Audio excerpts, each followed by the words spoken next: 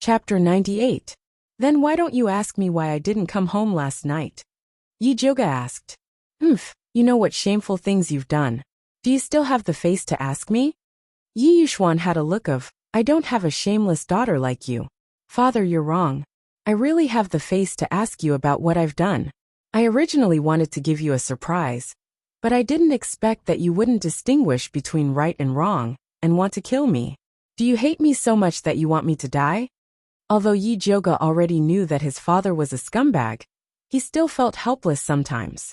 What nonsense are you talking about? I'm teaching you for your own good. How could Yi Yuxuan admit that when he saw Yi Joga, he would think of the matter of him marrying into her family? He simply wished that she could die. Is that so? Father is so considerate of your daughter. You should be happy to see your daughter like this. Yi Joga said as he raised his hand and took off the veil hat on his head. The golden morning sun shone on her beautiful facial features, and her fair and flawless skin shone with a jade-like radiance. Her pair of charming eyes were like the clear ripples of spring water. Her beautiful eyes were full of spiritual energy. She was like a fairy who had descended to the mortal world, pure and untainted. If it was someone else's father, he would be happy to see his ugly daughter become a beauty. Yi Yuxuan, on the other hand, looked as if he had seen a ghost. He couldn't help but take a few steps back as a trace of fear flashed across his face. It was Mother Qing's first time seeing Yi Joga after restoring his appearance. She couldn't help but blurt out, Madam? Madam? Could it be that he and his mother looked alike? Yi Joga's memories of his mother were already very vague. Every time he thought of her, he could only remember her thin and weak body and her kind but pale face. Eldest Miss, if Madam knows that you have restored your appearance, she will definitely be happy for you in the underworld. Mother Qing looked at Yi Joga's face and wanted to cry and laugh at the same time. When Yi Yuxuan heard the words in the underworld, his expression changed again. No matter how much he hated Yun Tianwei, he couldn't deny that Yun Jiaojiao was a gentle and virtuous woman. She didn't have the aura of a delicate girl, and she was very gentle and considerate to him. He had done countless unforgivable things to her. Father, are you happy to see your daughter recover her appearance? Yi Joga intentionally walked a few steps towards Yi Yuxuan. Happy. Yi Yuxuan hurriedly nodded, but his footsteps involuntarily retreated. Then he turned around and ran away, as if he was being chased by a ghost. Songbai hurriedly brought his men to carry the two armless guards and followed Yi Yuxuan out of the courtyard. Yi Joga couldn't help but ponder as he watched Yi Yuxuan flee. With how despicable and shameless Yi Yuxuan was, he was actually scared away by her face that looked like his ex-wife. He must have done something extremely guilty. Otherwise, he wouldn't be so scared. Eldest young lady, quickly come and take a look at Rui. Fifth aunt shouted hoarsely. She was afraid of attracting Yi Yuxuan's attention, so she didn't dare to make a sound. Only now did she dare to ask for help. What's wrong with fourth sister? Yi Joga quickly squatted down to take a look. He saw that Yi Rui had fainted in fifth concubine's arms, and her entire body was drenched in cold sweat. She reached out to take Yi Rui's pulse, and found that her pulse was slow and rapid. It was a sign that she was in a state of panic, but fortunately, it wasn't serious. Fourth sister is fine. She was just frightened. Hurry and bring her back to change her clothes, so that she doesn't catch a cold. Yi Joga stood up and saw Zhenju, Qing Hu Qing Lu, and the others looking at her in fear. She said, It's fine. Go back to Purple Forest Park, and do what you need to do. Qing Hu Qing Lu, go boil some hot water for fourth young lady to wipe her body. With Yi Joga's order, the frightened servant girls immediately calmed down and consciously went to work. After Yi Rui changed her clothes, Yi Joga pricked a few needles on her body. The little girl suddenly opened her eyes and waved her hands and feet wildly. She screamed in panic. Go away, go away. She looked as if she had just come out of the basement. Fourth sister, it's fine. Eldest sister is here. Yi Joga held Yi Rui's small hand tightly and comforted her. Yi Rui slowly calmed down and looked at Yi Joga blankly. Eldest sister? And it's fine. You are very safe now. Have a good sleep. You will be fine when you wake up. Yi Joga comforted her gently. Yi Rui's tense body slowly relaxed. Then, she closed her eyes and fell asleep again. Eldest young lady, what happened to Rui? Fifth concubine's face was still snow white. Previously, Yi Jioga had only said that Yi Rui was frightened when she was kidnapped. Now it seemed that it wasn't as simple as a scare. It's fine. Yi Jioga didn't intend to tell fifth concubine about the basement. It was useless to tell her. What could she do? It's all my fault. I can't protect my daughter and the servant girls by my side. Other than being despised by master, I'm useless. I might as well die. Who knows, I might as well let Rui regain some face. Fifth concubine said with tears in her eyes. If you think like this, then you are extremely useless. Yi Jioga said coldly. Dying is easy. Living is difficult. If you really think for Rui, shed fewer tears and do more things. With that he stood up and left. She was exhausted today. Whether fifth concubine could stand up or not depended on her own awareness. Mother Qing followed Yi Jioga's steps. As soon as she entered Purple Forest Park, she immediately asked, Eldest young lady, how did your face suddenly recover? This time when I went into the mountains to pick herbs, I accidentally picked a jade grass. I didn't expect that after eating it, the black scars on my face would disappear. Yi Jioga didn't say that wet nurse Su ambushed her. Eldest young lady is being perfunctory with me again. Mother Qing obviously didn't believe it. It's true. If you don't believe me, look. I also picked up a spirit beast. It was the one that brought me to pick the jade grass.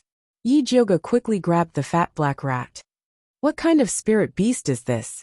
Mother Qing took a closer look and suddenly said with some disgust. Why is it a rat? Although this fat black rat looked quite cute, it couldn't change the fact that it was a rat. The fat black rat felt Mother Qing's disgust. It immediately puffed out its chubby chest and squinted its eyes. It looked at Mother Qing with disgust. It had a look that said, You stupid mortal, this uncle doesn't care about you. Then it went back into Yi Jioga's bag. This fat head rat even became a spirit. Mother Qing couldn't help but laugh. She finally believed that this fat black rat brought good luck to eldest young lady. She immediately asked happily, What does this fat head rat like to eat? This old servant will get someone to prepare it. This is not urgent. I have something for you to do. Yi Jioga told her about the matter of someone in Yi Mansion, watching their Purple Forest Park. Finally he said, Although Yi Mansion has many spies, but to be able to accurately guess my whereabouts, this person is definitely not simple. We must find her. Chapter 99. Don't worry, eldest Mississippi. I'll definitely find the culprit. Mother Qing nodded seriously and decided to start investigating from Purple Forest Park. Yi Jioga was at ease with Mother Qing handling things. She was tired and sleepy, so she went to sleep after bathing and changing clothes. When she woke up, she found it was just past noon. She planned to go to Dongling Wangfu to see how Imperial Consort she was doing. She put on her hat and got on the carriage. She went to Wan Ziang and by Songling's mansion first. Wan Ziang went to the Ministry of Justice, so only Bai Songling was at home. He was surprised to see Yi Jioga and asked, Eldest miss, why are you here? Is everything settled? He thought Yi Jioga would be busy for a few days. It's all done. Yi Jioga didn't want others to know about her conflict with Yi Yuxuan. I just came back from Dongling Wangfu. His Highness and Imperial Consort were very happy to hear that you found spiritual herbs in Monster Forest. They said if you need anything, just let them know. Bai Songling smiled. Actually, Dong Fengke wanted to go and help after knowing what happened to Yi Mansion. Unfortunately, Yi Yuxuan was on the Crown Prince's side. Seeing him would only add fuel to the fire. I don't dare to give orders. Brother Bai, if it's convenient, please take me to Dongling Wangfu. Yi Jioga said. It wasn't convenient for her to go to Misty Rain Tea House alone. Of course, follow me. Bai Songling had nothing to do in the mansion anyway. Yi Jioga followed Bai Songling into the mansion secretly. She didn't expect Dong Fengke to not be there. Yi Jioga went straight to the courtyard to see Imperial Consort Shi. Seeing her, Nanny Zhou's face was full of enthusiasm. She reported the effects of Imperial Consort Shi's medicine. Imperial Consort Shi went to the toilet the whole day and is very weak now. She's resting in the room. It's fine. This is normal. Removing blood clots meant running to the toilet. Imperial consort, she was resting. Hearing Yi Jyoga came, she forced herself up from the bed to see her. Imperial consort, don't be so polite. Quickly lie down. Yi Jyoga quickly persuaded. She personally took a red embroidered peony pillow and placed it behind her. My body is really useless. I've let you laugh at me. Imperial consort, she was really weak and leaned on the bed. Her ladyship looks much better. Yi Jyoga carefully looked at noble consort She. Although she was dispirited, the pustules and rotting flesh on the right side of her face had improved. The pustules had already begun to form scabs, and were no longer oozing pus. The stench of rotting flesh had also faded a lot. The right medicine is indeed different. I also feel much better. Imperial concubine, she smiled. When the clotted blood is expelled, the effects will be even more obvious. Yi Jyoga smiled as he recounted how he had obtained the blue jade water grass in the mountains. Imperial concubine, she was overjoyed when she found out that she didn't have to suffer the death of 1,000 cuts. After she calmed herself down, she couldn't help but ask Yi Jyoga. When you came in, I wanted to ask why you're wearing a veil hat. Because I took some herbs in the mountains and restored my original appearance. I'm still not used to it, so. Yi Jyoga smiled embarrassedly. She really wasn't used to walking around with a white lotus face. Silly girl, becoming beautiful is a good thing. Why are you hiding it? Quickly take off your hat and let me see. Imperial concubine, she said kindly. Yi Jyoga put his hand on the brim of the hat. Before he took it off, he suddenly remembered something and asked, Her ladyship, I heard that you often drank tea with my mother? That's right. At that time, Linglong and I often invited your mother into the palace. Your mother is a very good person, but her eyesight is too poor. Noble consort, she didn't hide her disdain for Yi Yuxuan at all. Although Yi Yuxuan was handsome, talented, eloquent, and considered a good son-in-law in Shangjing, she could still see that he was selfish, despicable, and shameless. He was a good son-in-law in Shangjing, but she could still see that Yi Yuxuan was selfish, despicable, and shameless. Other than being good-looking and eloquent, what other abilities did that pretty boy have? She took off her veil hat and revealed her true appearance. Imperial concubine, she was originally leaning against the bed, but when she saw Yi Yuxuan's appearance, she couldn't help but sit up straight. Her eyes were filled with disbelief. Does she look like my mother? Yi Jyoga asked. Yes and no. Imperial concubine, she looked carefully and sat down again. How? Yi Jyoga heard from Mother Qing that she was exactly the same as her mother. Your mother was gentle, sentimental, and emotional. You are better than her in both appearance and temperament. Imperial concubine, she sighed with emotion. If Yun Jiaojiao was as stubborn as Yi Jyoga, she wouldn't have fallen ill after Master Yun went missing. In the end, she wouldn't have given the Yin family's business to Yi Yuxuan. Her ladyship is too kind. Yi Jyoga smiled and didn't talk about her mother anymore. Instead, she talked about the treatment. She planned to start the final detoxification after the pustules and rotten flesh on Imperial concubine Shi's face were all scabbed. Imperial concubine, she said that she would listen to Yi Jyoga's arrangements. Yi Jyoga stayed for an hour before leaving. Dongfang Ke also came back. He had previously heard from Bai Songling that Yi Jyoga had recovered her appearance, so he was still calm when he saw her. Moreover, he brought her a piece of bad news. Eldest Miss Yi, after old Master Su came out of seclusion today, he immediately sent people to bring Su Yufeng, who was locked in the ancestral temple, back to the Su family.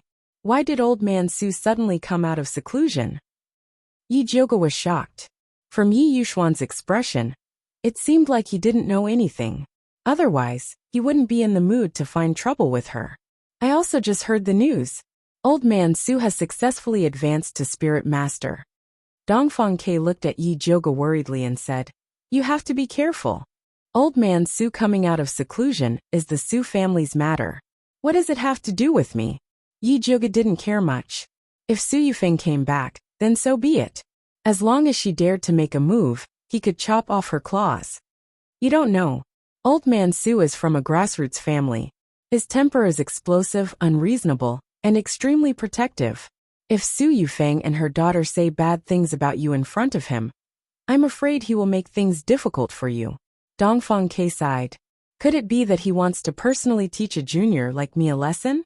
Wouldn't he be shameless? That won't happen. I'm worried that he will say some unpleasant things. Dongfang K also felt that old man Su wouldn't. Then I'll just treat it as his fart. Yi Jioga said indifferently. No matter what, she was the Yi family's first daughter. If old man Su's words were too unpleasant, Yi Yuxuan and the Yi family would also be implicated. If Yi Yuxuan didn't care, then she wouldn't care even more. It's always good to be more prepared. Dongfang K advised. I understand. Yi Jioga nodded perfunctorily. She didn't take Dongfang K's words to heart. In her eyes, Su Yufeng and her daughter were just courting death. She could get rid of them before, and she could still get rid of them now. Dongfang K knew that it was useless to say anything more, so he didn't try to persuade her. After he sent Yi Jioga off, he returned to the study. After muttering to himself for a moment, he made a decision and ordered Lei Peng. Prepare a horse, we're going to the relay station. Chapter 100. As soon as Yi Jioga returned to Purple Forest Park, Mother Qing anxiously came up and said, Eldest Miss, bad news. Master lifted second Miss's confinement. Oh. Yi Jioga nodded and sat down to drink tea. Why don't you find it strange at all? Mother Qing's old face was dumbfounded. When this news came out, the entire Yi mansion was shocked. What's so strange about it? Yi Jioga told him about old Master Su coming out of seclusion and bringing Su Yufeng home. With Yi Yuxuan's personality, he would definitely curry favor with this spirit master father-in-law. Naturally, he would release Yi Shanshan. This old man Su is really an old fool. His daughter did such a thing that's worse than pigs and dogs, yet he still has the face to bring her home. If I were him, I'd directly press Su Yufeng into a pig cage and drown her. Mother Qing said fiercely. I heard that old man Su is very protective of his people. Tell the people below to behave themselves, and don't go out if there's nothing important.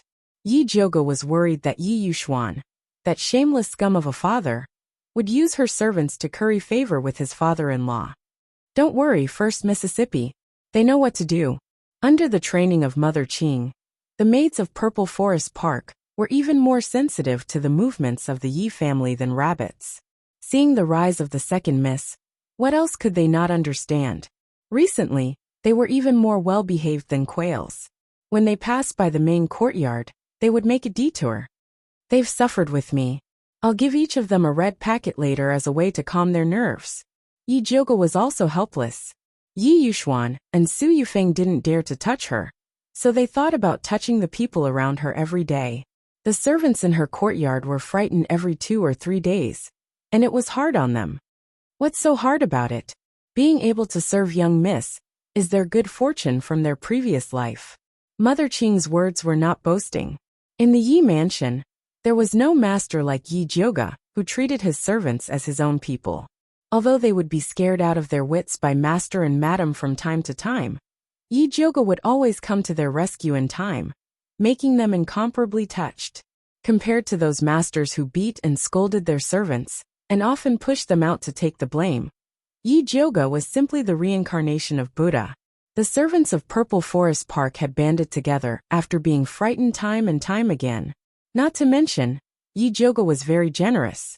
Whether it was his monthly allowance or his tips, they were all sufficient. Mother Qing, don't be too harsh on them. Yi Jioga was busy all day long. Apart from Zhenju, who served him closely, he had little contact with the other maids. In the words of Mother Qing, these girls still needed to be trained. Don't worry, First Mississippi. This old servant knows what to do. Mother Qing had recently discovered that the aptitudes of these 2 young maidservants were pretty good. She was preparing to train them to see if they could become the eldest Mrs. Henchmen in the future. Since Mother Qing said so, Yi Jioga could only let her do whatever she wanted. In the following days, Yi Jioga locked himself in the alchemy room and began refining the detoxification pill for noble consort Shi. The 1,000 silk grass was a very troublesome spiritual material. It had to be soaked in dew for an entire night before the membrane on its surface could be washed off. After washing it, he still had to pick out the messy filaments inside before he could refine pills. Yi Jioga busied himself for the better part of a day, before he was done with the 1,000 silk grass. When she was preparing to concoct pills, she suddenly thought of the small bronze cauldron that her fat black rat had given her. She wondered what the effects would be if she used it to concoct pills. Yi Jioga took out the dusty small bronze cauldron. She didn't know what was going on, but the copper rust on it couldn't be washed off no matter how much she washed it. It looked really dirty and broken. If others saw her using this broken cauldron to concoct pills, they probably wouldn't dare to use it. Yi Jioga didn't dare to use the 1,000 silk grass as a test subject. She took some tianqi, borneal, dispersing blood grass, white bull gall, pangolin, huai yam, bitter ginger, and geranium grass to refine the most classic hemostatic pill. After she injected spiritual power into the small bronze cauldron, the small cauldron was like an old cow pulling a broken cart. It slowly grew bigger and bigger. Yi Jioga waited until she was about to fall asleep. Only then did the small cauldron finally become a normal size. At this moment, Yi Jioga already had an ominous premonition. However, she still held on to a glimmer of hope. She placed all the medicinal ingredients into the small bronze cauldron and began refining. The fire used in Yi Jioga's alchemy room were all ordinary flames. If she were to use her alchemy furnace to concoct pills, she would probably need the time it takes to brew a cup of tea. However, this small bronze cauldron didn't have a good tolerance for the flames. After burning for a long time, the medicinal ingredients inside still didn't melt. Yi Jioga gloomily looked at the fat black rat that was still sleeping soundly in the animal skin bag. Sure enough, cheap goods don't come cheap. You really can't count on free things. She let the small bronze cauldron slowly refine. She turned around and prepared to start refining the 1,000 silk grass. At this time, the copper bell in the corner of the alchemy room rang, indicating that there was something to report. Yi Jioga opened the door to the alchemy room and saw Mother Qing anxiously saying, "Missy, Master wants you to go to the hall." "Why?" Yi Jioga asked. Mother Qing lowered her voice and said, "I heard that Master Su brought Madam back. What does their return have to do with me?" Yi Jioga disdainfully said, "Missy, you are, after all, Master's biological daughter. You have to give him this bit of face." Mother Qing helplessly said, they could do whatever they wanted at home, but in front of outsiders, they still had to maintain the facade of a loving father and filial daughter. Otherwise, everyone in Shangjing would laugh at them. "All right, I'll go take a look." Yi Jioga returned to her room and changed out of the cloth clothes she was wearing for alchemy. She wore an ice blue long dress. Her black hair was combed into a snake bun. On the top of her head, there was a jade hairpin made of begonia and pearls. A thumb-sized pearl hung down, making her cheeks even whiter and more beautiful. "Missy is really beautiful," Mother Qing said with satisfaction. She believed that Su Yufeng and her daughter would be incomparably shocked if they saw Missy's current appearance. Yi Jioga smiled and leisurely walked towards the hall with Mother Qing and Jinju. As soon as he reached the outside of the hall, he heard a loud and clear voice. "Yuxuan, it's not that I want to criticize you, but how could you send your pregnant wife to a place like the ancestral temple to suffer? When I married Yufeng to you, what did you say? Have you forgotten all about it?" Yes. Father-in-law is right," Yi Yuxuan replied in a low voice. "Father, don't scold Master. It's all my fault. I didn't take care of the backyard well, which made Master angry." After Su Yufeng persuaded her father, she softly said to Yi Yuxuan, "Master, I know I was wrong. Please forgive me this time. Don't talk about the past. This time, you come back and take care of the baby." Yi Yuxuan's tone was incomparably gentle. There was even a trace of annoyance as he said, "If I had known that you were already 3 months pregnant, I definitely wouldn't have sent you to the ancestral temple to suffer." Chapter 101. Su Yufeng was pregnant? Yi Jioga couldn't help but frown. This was out of her expectations. According to the time, Su Yufeng should have been pregnant before she went to the ancestral temple. Did she not know that she was pregnant? Or did she hide in the ancestral temple on purpose? TSK. To be able to endure for so long in the ancestral temple despite being pregnant last month. She was quite amazing. "Eldest miss, what should we do?" Mother Qing looked at Yi Jioga uneasily. She originally thought that even if Su Yufeng returned, Yi Yuxuan wouldn't treat her well. She didn't expect that she was actually pregnant. This way, her weight would skyrocket, and it would be difficult to use Yi Yuxuan to deal with her. It's fine. So what if she was pregnant? If she still didn't repent and continued to cause trouble, she would still take care of her. Yi Jioga gently stroked her hair, tidied up her appearance, and continued to walk towards the hall. Songbai saw Yi Jioga coming from afar and cleverly went to report. Master, Madam, Elder Su, eldest miss is here. Let her in, Yi Yuxuan said in a dignified manner. Yes. Songbai jogged out and smiled at Yi Jioga. Eldest miss, please. Yi Jioga glanced at the lackey before walking into the hall. She saw Su Yufeng sitting in the first seat on the right. She wore a misty cloud-patterned satin dress. Her cheeks were round, and her belly was slightly protruding. Being able to take care of herself so well after 3 months of pregnancy, it seemed that she didn't suffer much at the ancestral temple. Yi Shanshan sat next to Su Yufeng and held her hand tightly. She had lost a lot of weight after being grounded. Her chin was sharp, her eyes were big, and her waist was slender. Her white plum-patterned dress made her look even more delicate and pitiful. Yi Yuxuan was sitting in the first seat on the left with a straight face. A tall old man wearing a cyan robe sat in the first seat.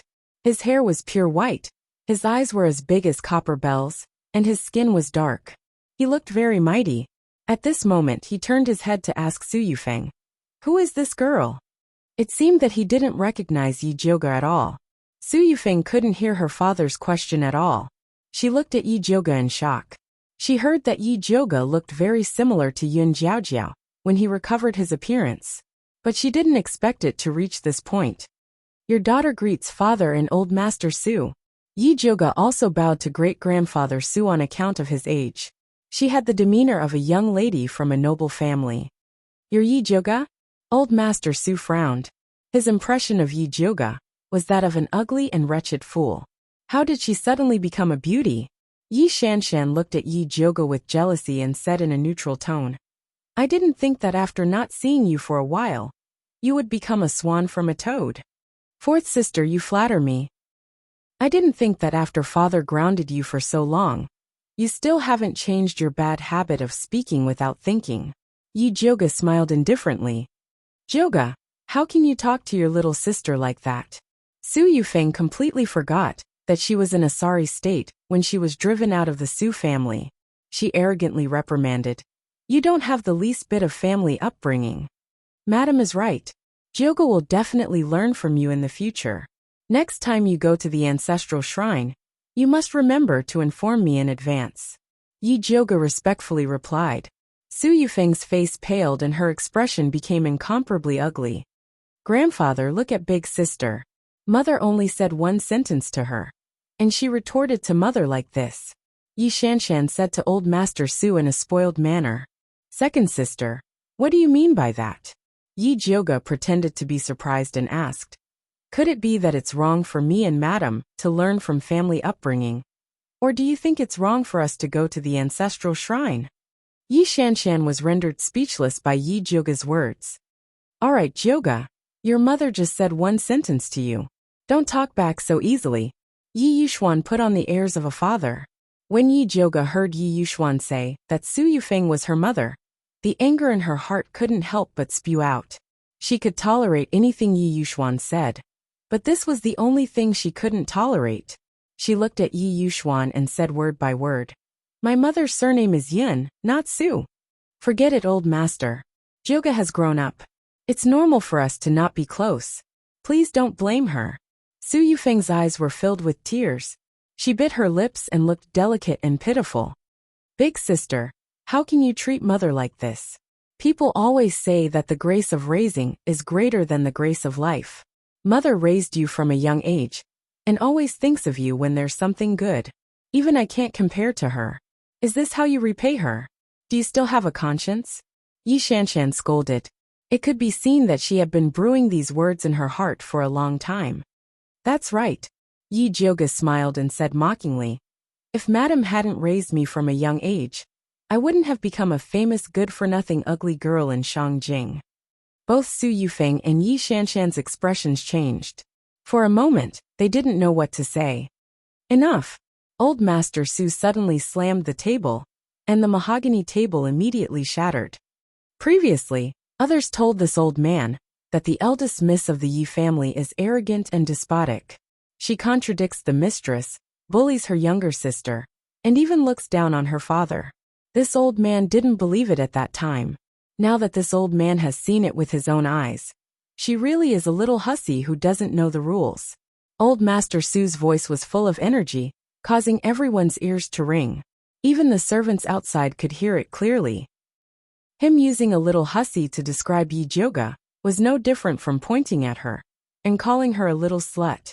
Old Master Su was being overbearing. Yi Jioga didn't plan on backing down. The corner of her mouth curled up, and her cold voice rang out. Previously, others told me that Old Master Su has a protective nature, inverts black and white, and can't tell right from wrong. At that time I didn't believe it.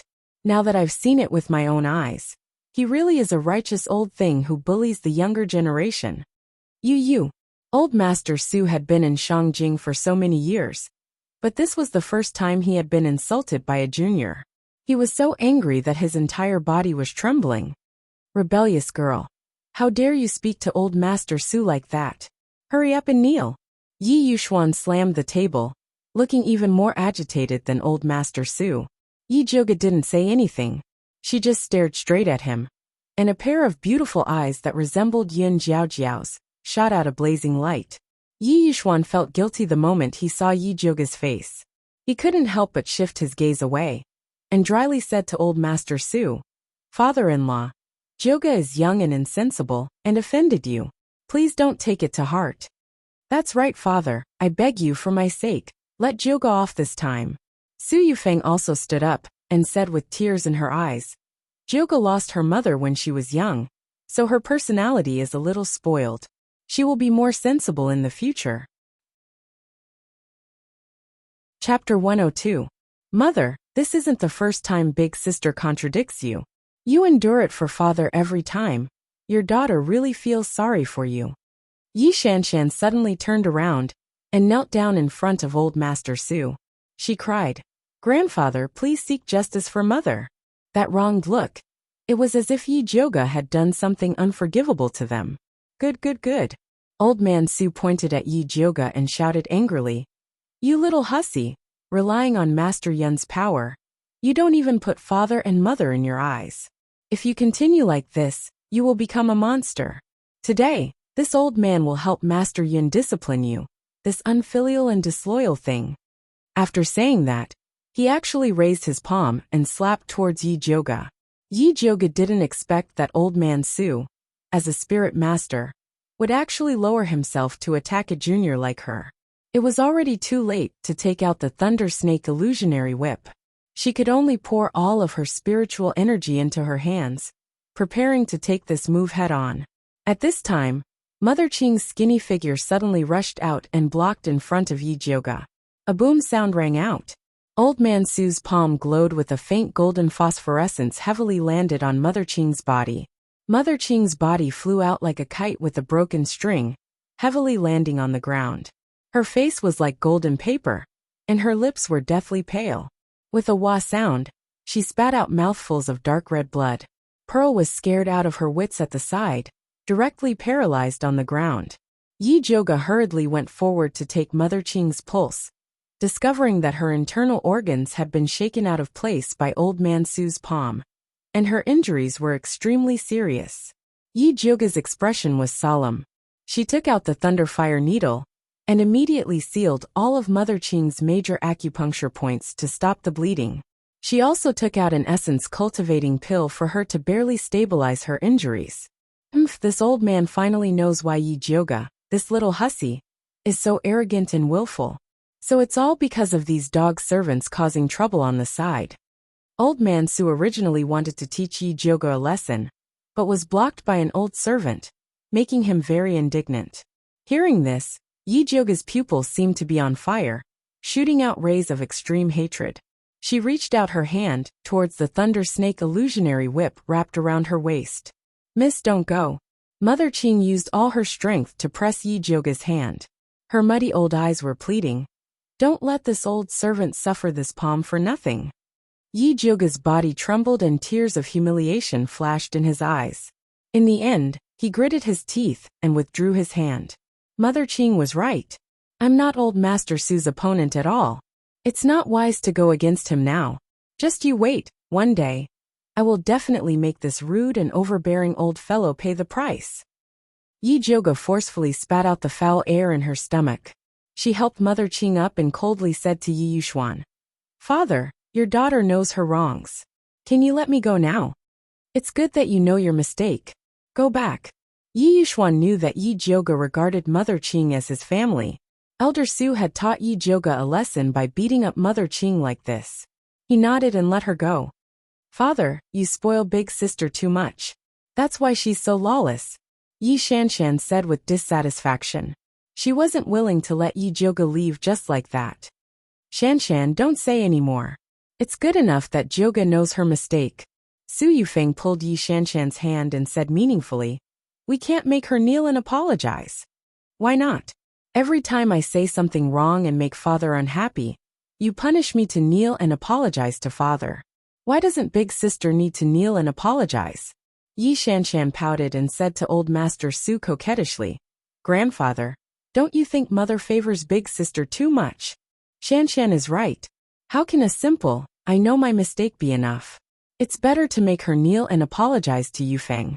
Old Master Su nodded in agreement. "She also has to kowtow and apologize to you.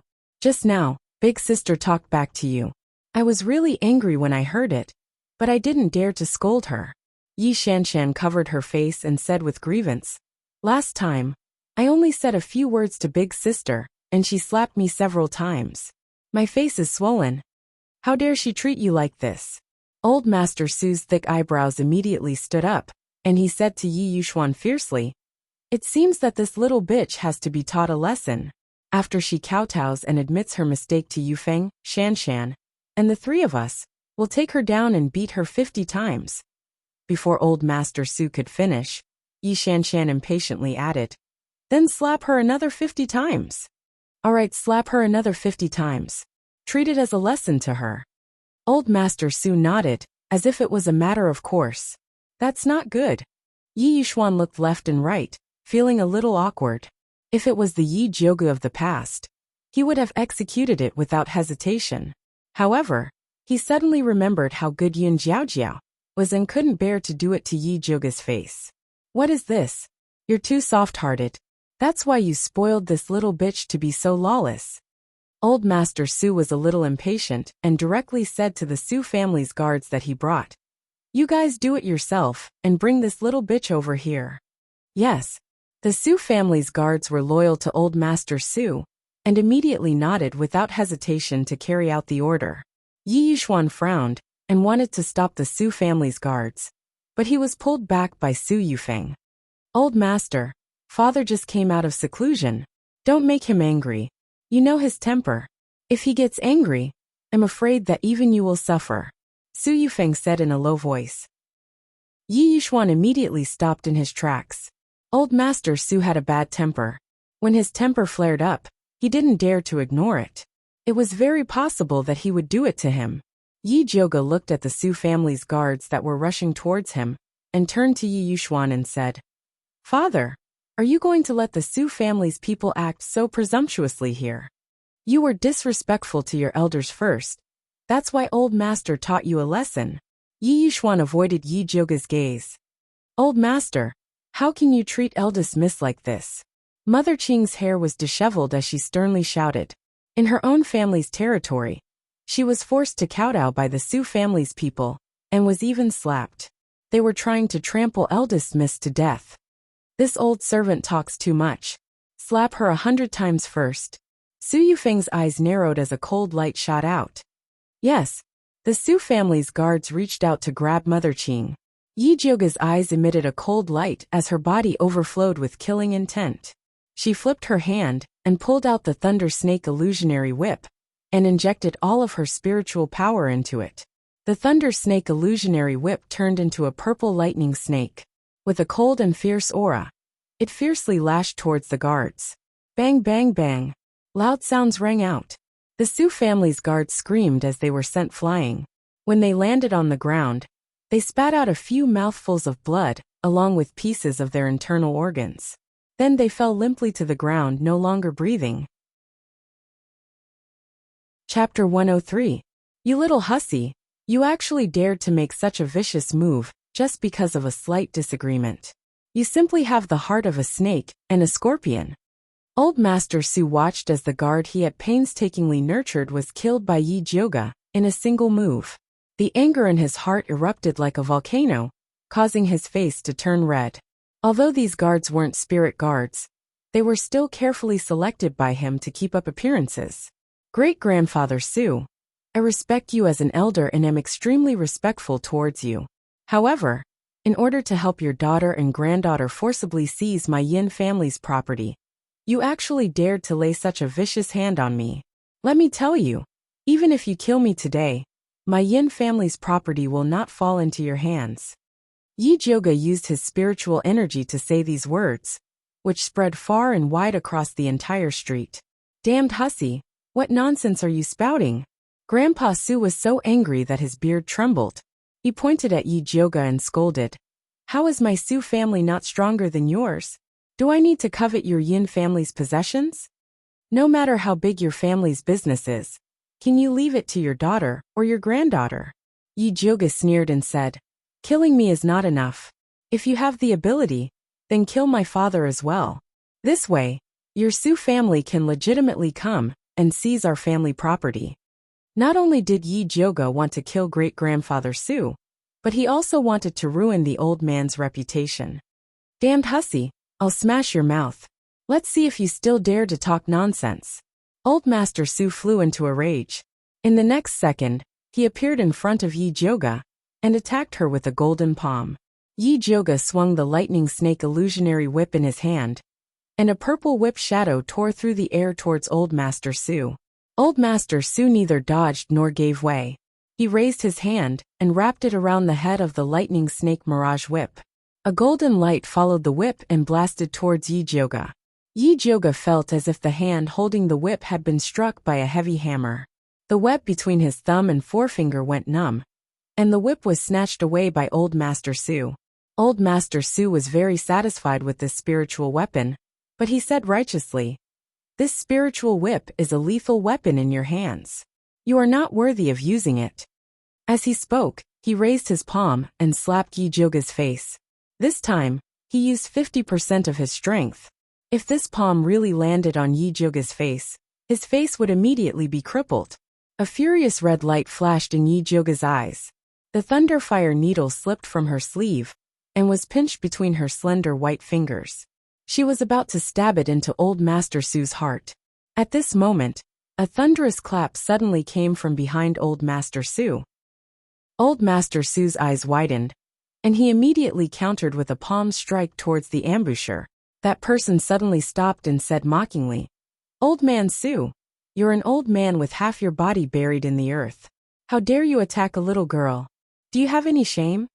Old Master Su seemed to recognize this voice, and his hands immediately stopped moving. The red light in Yi Jioga's eyes flickered as he quickly withdrew the thunderfire needle. She turned her head to look at the door and saw Dongfang Ke entering in a wheelchair. His deep, dark eyes were looking at her worriedly. Beside him was a spirit master. He was tall and thin, and his eyes were deep. His temperament was like a tall mountain. This man was handsome, and his brows showed the vicissitudes of life. There was a very special attraction about him. He was probably the one who stopped Old Master Su. "Gong Shifan, why are you here?" Old Master Su frowned as he looked at the handsome man. When Yi Jioga heard the name Gong Shifan, she was instantly shocked. Could this man be from the Gong family of Hundred Mu City? Hundred Mu City was a spirit city, and its status was much higher than Thunder Country. The current master of the Gong family was said to be an advanced spirit master. He was only one step away from becoming a great spirit master. It was no wonder that Old Master Su didn't dare to fall out with the Gong family. "Last time, Pill Master Yi refined pills for my nephew. My big brother was very grateful, and specially requested that if I pass by Shangjing, I should go and thank you. Gong Shifan smiled faintly. Master Gong is too polite. Yi Yushuan hurriedly walked out. He felt very proud to be personally visited by a spirit master. He didn't expect Gong Shifan to change the topic, and said with a smile that wasn't a smile. I didn't expect to see such a good show. Yi Yushuan instantly felt a little awkward. His father-in-law was shouting at his ex-wife's daughter in his mansion, and he just stood there without saying a word. If this spread out, it would indeed damage his reputation. What's there to see? This little wench is disobedient. What's wrong with me teaching her a lesson on behalf of her father and grandfather? As for you, you are an outsider. What face do you have to interfere with other people's family business? Old Master Su glared and said, Is that so? But your surname isn't Yin or Yi. How did this mansion become your family business? Gong Shifan smiled and said, My daughter married into this mansion. How is it not my family business? Old Master Su straightened his neck and said, When Su Yufeng heard this, she instantly felt that something was wrong. As expected, Gong Shifan immediately laughed and said, Old man Su, your words really opened my eyes. If you had a few more daughters and married them, wouldn't Shangjing be your world? Pfft. Even Yi Joga couldn't help but laugh. He felt that this Gong Shifan was really a wonderful person. You. Old Master Su blew his beard and was about to quarrel with Gong Shifan, but he was stopped by Su Yufeng. Father, today is a good day for you to come out of seclusion and advance. Don't let your daughter's troubles ruin your good mood. After saying this, he gave Yi Shanshan a look. Yi Shanshan also knew that it would only be more embarrassing if her grandfather continued quarreling. She hurriedly pulled her grandfather's hand and said coquettishly, Grandfather, I heard that cousin has already prepared a banquet for you and the Su clan. We'll be going soon. It won't be good to keep the guests waiting. Humph. Old Master Su glared at Gong Shifan. With Yi Shanshan's company, he unwillingly walked towards the main entrance. Old Master Su, please wait for a moment. Dongfang Ke suddenly said. What is the matter, Your Highness Prince Dongling? Old Master Su was still rather polite to Dongfang Quebec. After all, apart from his identity as a prince, the Bai clan was also not to be underestimated. May I know where Old Master Su obtained the spirit whip? Dongfang Ke looked at the lightning snake illusionary whip in Old Master Su's hand and asked politely. Old Master Su was just about to say that this spirit whip was the weapon Yi Joga used to kill the Su clan's guards, but Yi Joga beat him to it and said, I stole it. Old Master Su wanted to exterminate me, and didn't even leave a spirit whip for me. Old Master Su, this lightning snake illusionary whip was gifted to young Lady Yi by this prince. If you like it, this prince can find a better spirit weapon and gift it to you in the future. How about it? Dongfang Ke still had a refined and courteous appearance, but the words he said caused Old Master Su's face to turn green and white. Old man Su, I didn't think that the first thing you did after coming out of seclusion was to bring your daughter back, to snatch the property that Master Yun left for his granddaughter. You didn't even let go of a spirit whip. This kind of heroic deed is truly admirable. Gong Shifan cupped his hands hypocritically. Chapter 104. Old Master Su was so angry that his face turned red. He felt that he had lost all face. He didn't dare to fight Gong Shifan, so he could only throw the Thunder Snake illusionary whip at Yi Joga's feet and scolded him fiercely. Little wench, remember this. After that, he shook off Yi Shanshan's hand and turned to leave. Grandpa, wait for me. Yi Shanshan hurriedly chased after him. Yi Joga smirked and squatted down to pick up the Thunder Snake illusionary whip. Then, he dipped it in some blood and wrote a line of words on the Su family guards' corpses. Then, he threw their corpses towards the nearby houses. Joga, what are you doing? Yi Yushuan was shocked and hurriedly tried to stop Yi Joga, but it was too late. The other corpses flew far away, and only the last corpse landed outside the Yi clan's gate. With a bang, it smashed right in front of Old Master Su's carriage. Old Master Su leaned forward to take a look, and felt his vision darken. He was so angry that he almost fainted. There was a line of words written on the corpse of his loyal guard. Robbing another's family business, ending his line of descendants, he shall die a horrible death. Grandpa, are you okay? Yi Shanshan was shocked and quickly patted his chest to help him breathe. Old Master Su caught his breath and was so angry that his eyes turned red. He was about to rush into the Yi clan to settle the score with Yi Jioga. Grandfather, forget it, forget it. We'll have plenty of chances to deal with her in the future. Why do we have to do it in front of the Gong family and His Highness Prince Dongling? Yi Shanshan held on tightly to Grandfather Su. When they closed the door, they could deal with Yi Jioga however they wanted. But now that the Gong family and Prince Dongling were both at home, it wouldn't be good for Grandfather to go in. Although Old Master Su was impetuous, he was not a fool. He knew in his heart that his granddaughter was right. It was already known that he had attacked Yi Jioga today. With Gong Shifan's personality, he would definitely spread his scandal everywhere. It was indeed inappropriate for him to kill his way back now.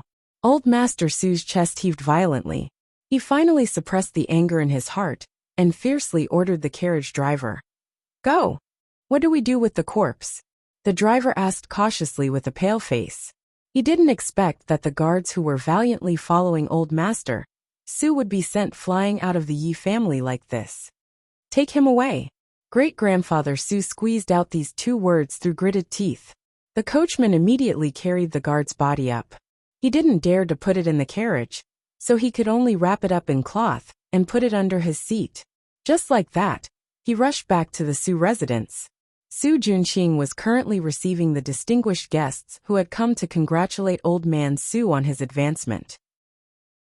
When he heard that Old Man Su had returned, he immediately went out to welcome him. He did not expect to smell a faint smell of blood coming from the carriage from afar. He looked up and found that none of the guards who had followed Old Master Su out this morning were there. Only the Su family's carriage came back alone. He hurriedly went up to greet them, only to see Old Master Su jump down from the carriage with a black face. And Yi Shanshan also had a look of misfortune. What's going on? Su Junqing suddenly had a bad feeling. Didn't he say that he was going to settle the score with Yi Yuxuan and Yi Jioga? Why did he look like he had been bullied? Great-grandfather Su didn't want to lose face in front of his beloved grandson, so he waved his sleeves and entered the house. Yi Shanshan moved to Su Junqing's side and told him what had happened at the Yi family. Dongfang Ke brought the Gong family to save Yi Jioga? Su Junqing couldn't help but frown. Even the Gong family of Baimu City was involved. This was going to be troublesome. That's right. Yi Shanshan thought of Yi Jioga's true beauty and said jealously, I don't know what kind of seductive methods she used to make Dongfang Ke so infatuated with her. Dongfang Ke was once the dream lover of many noble ladies in Shangjing. Although a disaster had caused him to be unable to walk, his cultivation was still there, and he had the Bai family backing him up. He wasn't much worse than the crown prince. Oh right, where did those guards go? Su Junqing asked again. Dead. Yi Shanshan swallowed her saliva and thought of Yi Jioga's ruthlessness in killing people. Dead? How did they die? Where's their corpse? Su Junqing fired off a barrage of questions. They were whipped to death by Yi Jioga. Yi Shanshan told him what had happened. That spirit whip was really powerful. It would be great if grandfather could snatch it and give it to her. When Su Junqing heard that the guards' corpses were written in blood and thrown around, his eyebrows jumped. He said to Yi Shanshan, Hurry back and tell uncle to find the corpses of those guards and bring them back. The news of grandfather causing a ruckus in the Yi family would quickly spread throughout Shangjing. He had to minimize his losses. Today grandfather advanced. Mother told me to accompany him. Yi Shanshan pouted. Today was a big day for the Su family. All the famous people in Shangjing would come to participate. She had been grounded for so long. She wanted to show her face at such a big event. She didn't want to go back. Grandfather hasn't been humiliated enough by you guys. Do you still want to stay and make him angry? Su Junqing said with a sunken face. He originally didn't agree to grandfather bringing Su Yufeng back to cause trouble. He knew that a lot of people were watching Yi Jioga. It wasn't a wise move for grandfather to get involved at this time. However, he was impatient. After hearing Su Yufeng's tearful complaints, he anxiously ran away. He didn't expect to suffer such a big loss. It's not like I harmed him. Yi Shanshan muttered. If you want to blame someone, blame Yi Jioga. Why did you have to blame her? You still dare to talk nonsense? Why aren't you going? Su Juanqing's face was frighteningly gloomy. His voice was also frighteningly cold. If the corpses of our Su family's guards are missing, you and your daughter don't need to come to our Su family anymore. Yi Shanshan was frightened by Su Juanqing's coldness. She didn't dare to talk back, and obediently sat on the carriage to return to the Yi family. At this time, Yi Yuxuan was sincerely inviting Gong Shifan to the main courtyard for a chat. Pill Master Yi should be busy. I won't disturb you, Gong Shifan said. Yi Yuxuan's face turned green and red. He knew that Gong Shifan was referring to the corpses of the guards that Yi Jioga had thrown out. If he didn't hurry up and find them, it would be a big problem. Their Yi residence and Su residence were absolutely notorious. Pill Master Yi, seeing that you have a deep relationship with our Gong family, I still have to advise you to cherish your feathers. Don't ruin your reputation because of unrelated people. Gong Shifan paused and then said indifferently, After all, this mansion used to be surnamed Yin. You might have forgotten, but we haven't. When Yi Yuxuan heard this, the blood on his face disappeared. Although he was standing under the sun, he felt as if he had been stripped naked and thrown into the bone-chilling snow. He had lost all his face.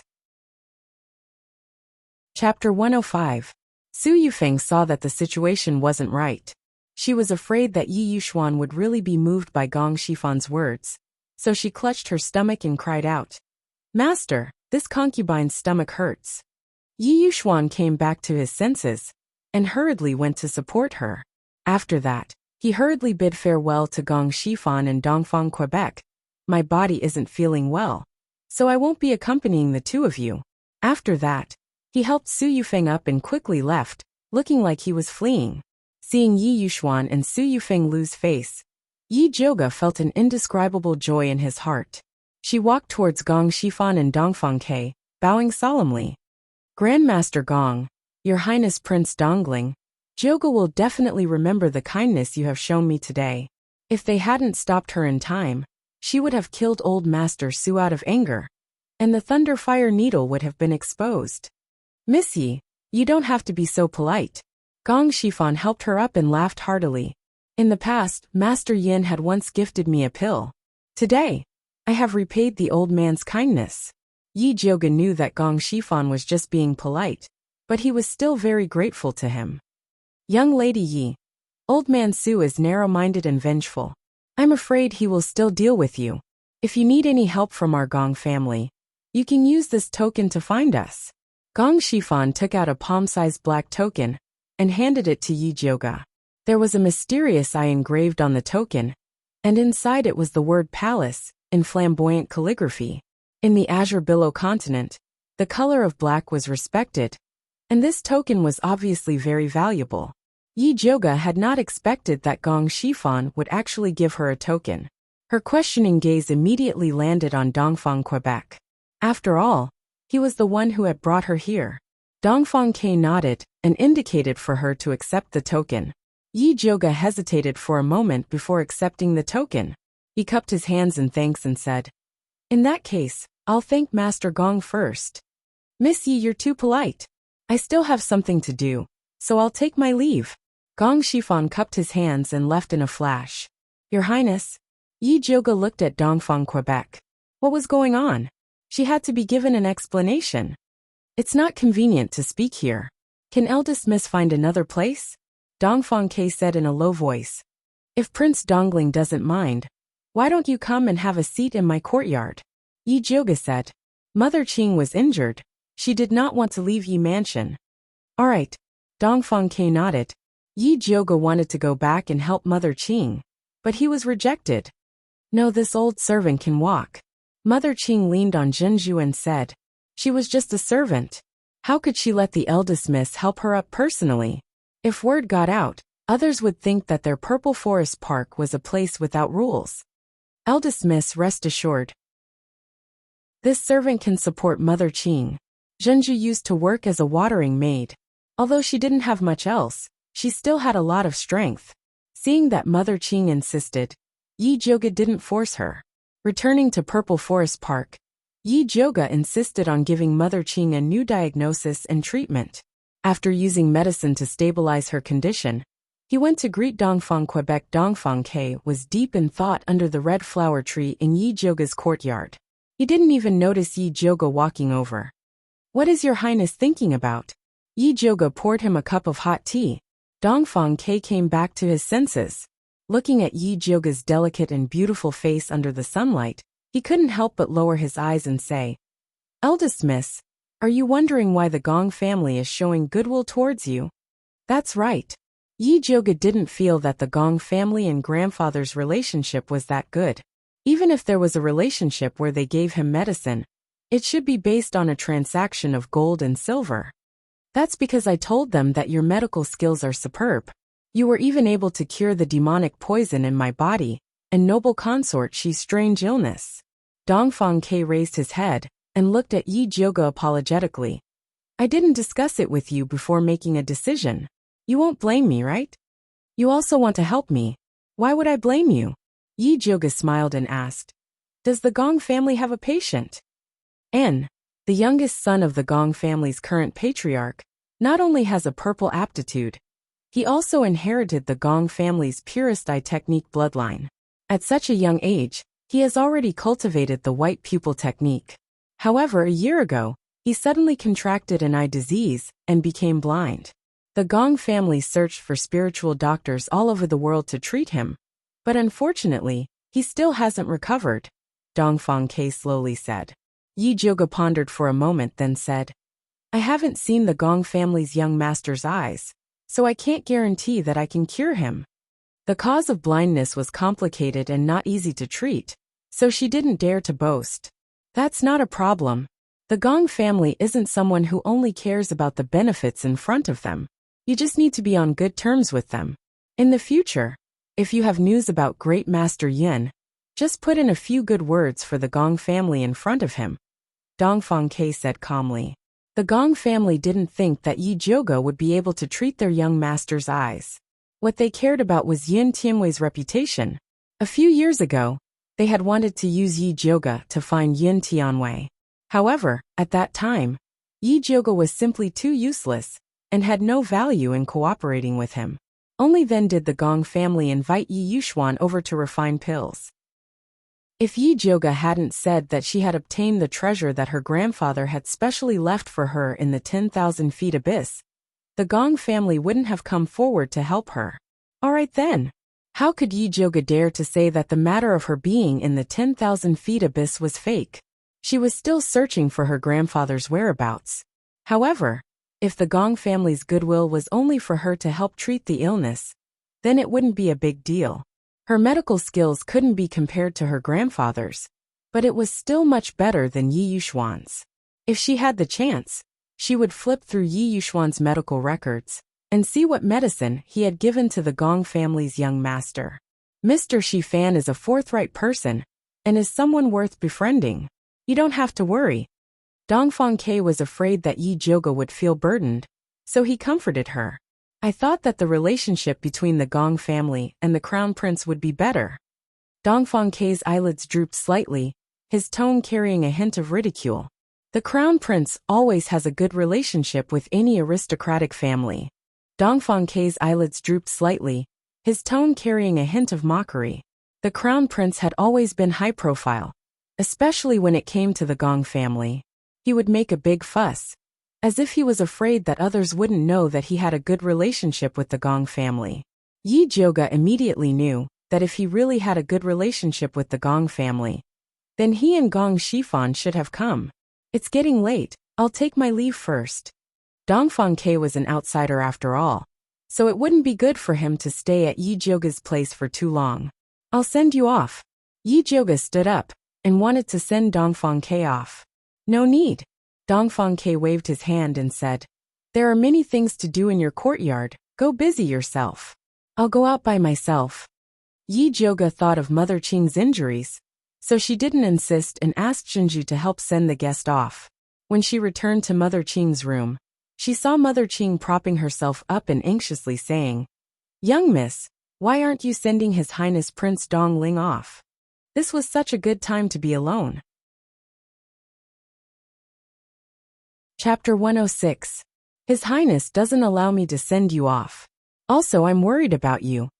Yi Jioga and Dongfang Ke had known each other for a while, and knew that he wasn't a pretentious person. If he said he wouldn't let her off, then he really wouldn't let her off. His Highness Dongling Wang was just being polite. Why did you take it so seriously? This old servant is fine now.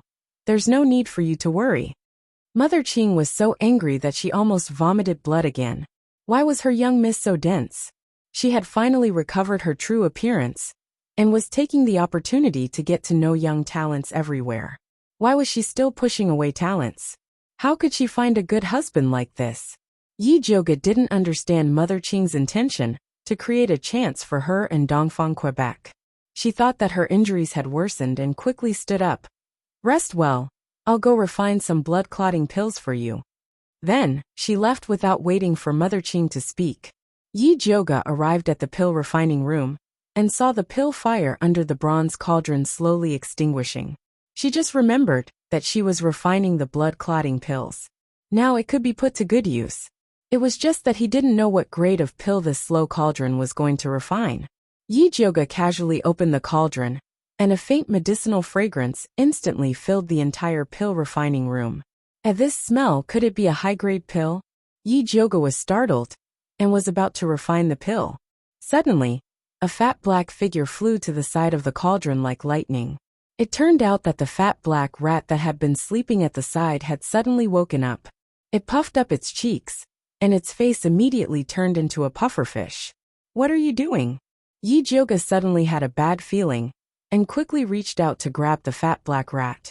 However, the fat black rat spat a mouthful of colorless and odorless saliva at the cauldron. Damn! Yi Jioga didn't have time to teach the fat black rat a lesson, and quickly fished out the pills.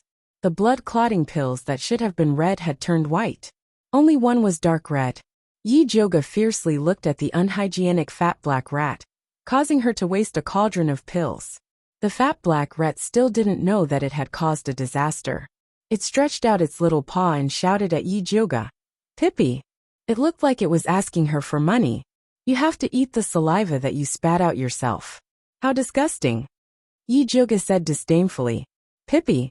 The fat black rat stamped its feet, and puffed out its round cheeks. He looked as if he was going to fight to the death with him, if he didn't pay his wages.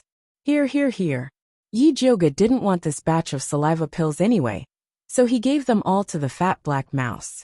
The fat black rat was very professional. It only took the crimson pill, and held it with its two little claws. It puffed up its cheeks and gnawed on it, leaving the rest untouched. Yi Jioga saw that it was eating with gusto, and thought of its usual behavior as a nouveau riche. He couldn't help but wonder if there was really something special about this pill. She picked up a white pill, and opened her spiritual eye to take a closer look. The surface of the pill was simple and unadorned, but the medicinal properties inside were evenly distributed. The most amazing thing was that there was no pill poison at all. It was frighteningly pure. One had to know that medicine was 30% poisonous. The grading of elixirs was based on the amount of impurities in the elixir. The fewer the impurities, the stronger the medicinal effect, and the higher the grade. No matter how powerful a pill refiner was, they would not be able to concoct a pill without any impurities. The pills that the fat black rat concocted were simply top grade. How did it do it? Could it be related to the saliva it spat out earlier? The more Yi Jioga thought about it, the weirder it got. Seeing that there was still a bit of crimson pill left in the fat black rat's claws, he immediately snatched it over. Pippi! The fat black rat angrily jumped up, and bared its little white teeth at Yi Jioga. You dare to snatch this lord's pills? Be careful that this lord will bite you to death. I'm just taking a look. I'll return it to you later. Yi Jioga carefully examined the crimson pill, and realized that this pill was the complete opposite of the white pill. It was completely made up of pill poison, and it was not an exaggeration to call it a poison pill. It seemed like all the impurities in the previous batch of pills were concentrated on this pill. Could it be that this little fellow was a rare divine beast? Yi Jioga looked at the poison pill, and then looked at the stupid fat black rat. No matter how he looked at it, he couldn't link it to a divine beast. Pippi! The fat black rat stretched out its meaty claws, and looked as if it wanted to quickly return it to this lord. Yi Joga really couldn't figure anything out, and could only return the pill to it. The fat black rat took back the pill, and slipped behind the table. While gnawing, it peeked at Yi Joga, as if it was worried that she would snatch its food. Yi Joga gave it a supercilious look, and then put away the rest of the blood-clotting pill. Although Mother Qing's injuries had stabilized, the injuries to her internal organs could not be healed immediately. It would take a long time to recuperate. When Yi Joga came in, Mother Qing had just coughed up blood on her handkerchief. When she saw Yi Joga come in, she quickly put away her handkerchief and said with a smile, "I just spat out another mouthful of extravasated blood. My chest feels much more comfortable." "You still feel comfortable after spitting out blood?" Yi Joga knew that Mother Qing was definitely comforting her. Grandpa Su's palm was so heavy and she was so old. How could she be fine? "It's nothing. I'll be fine in 2 days." Mother Qing shook her head and said, "I just refined a batch of blood-clotting pills. You can try one." Yi Joga took out a jade bottle and poured out a milky white blood-clotting pill. "I'm already fine.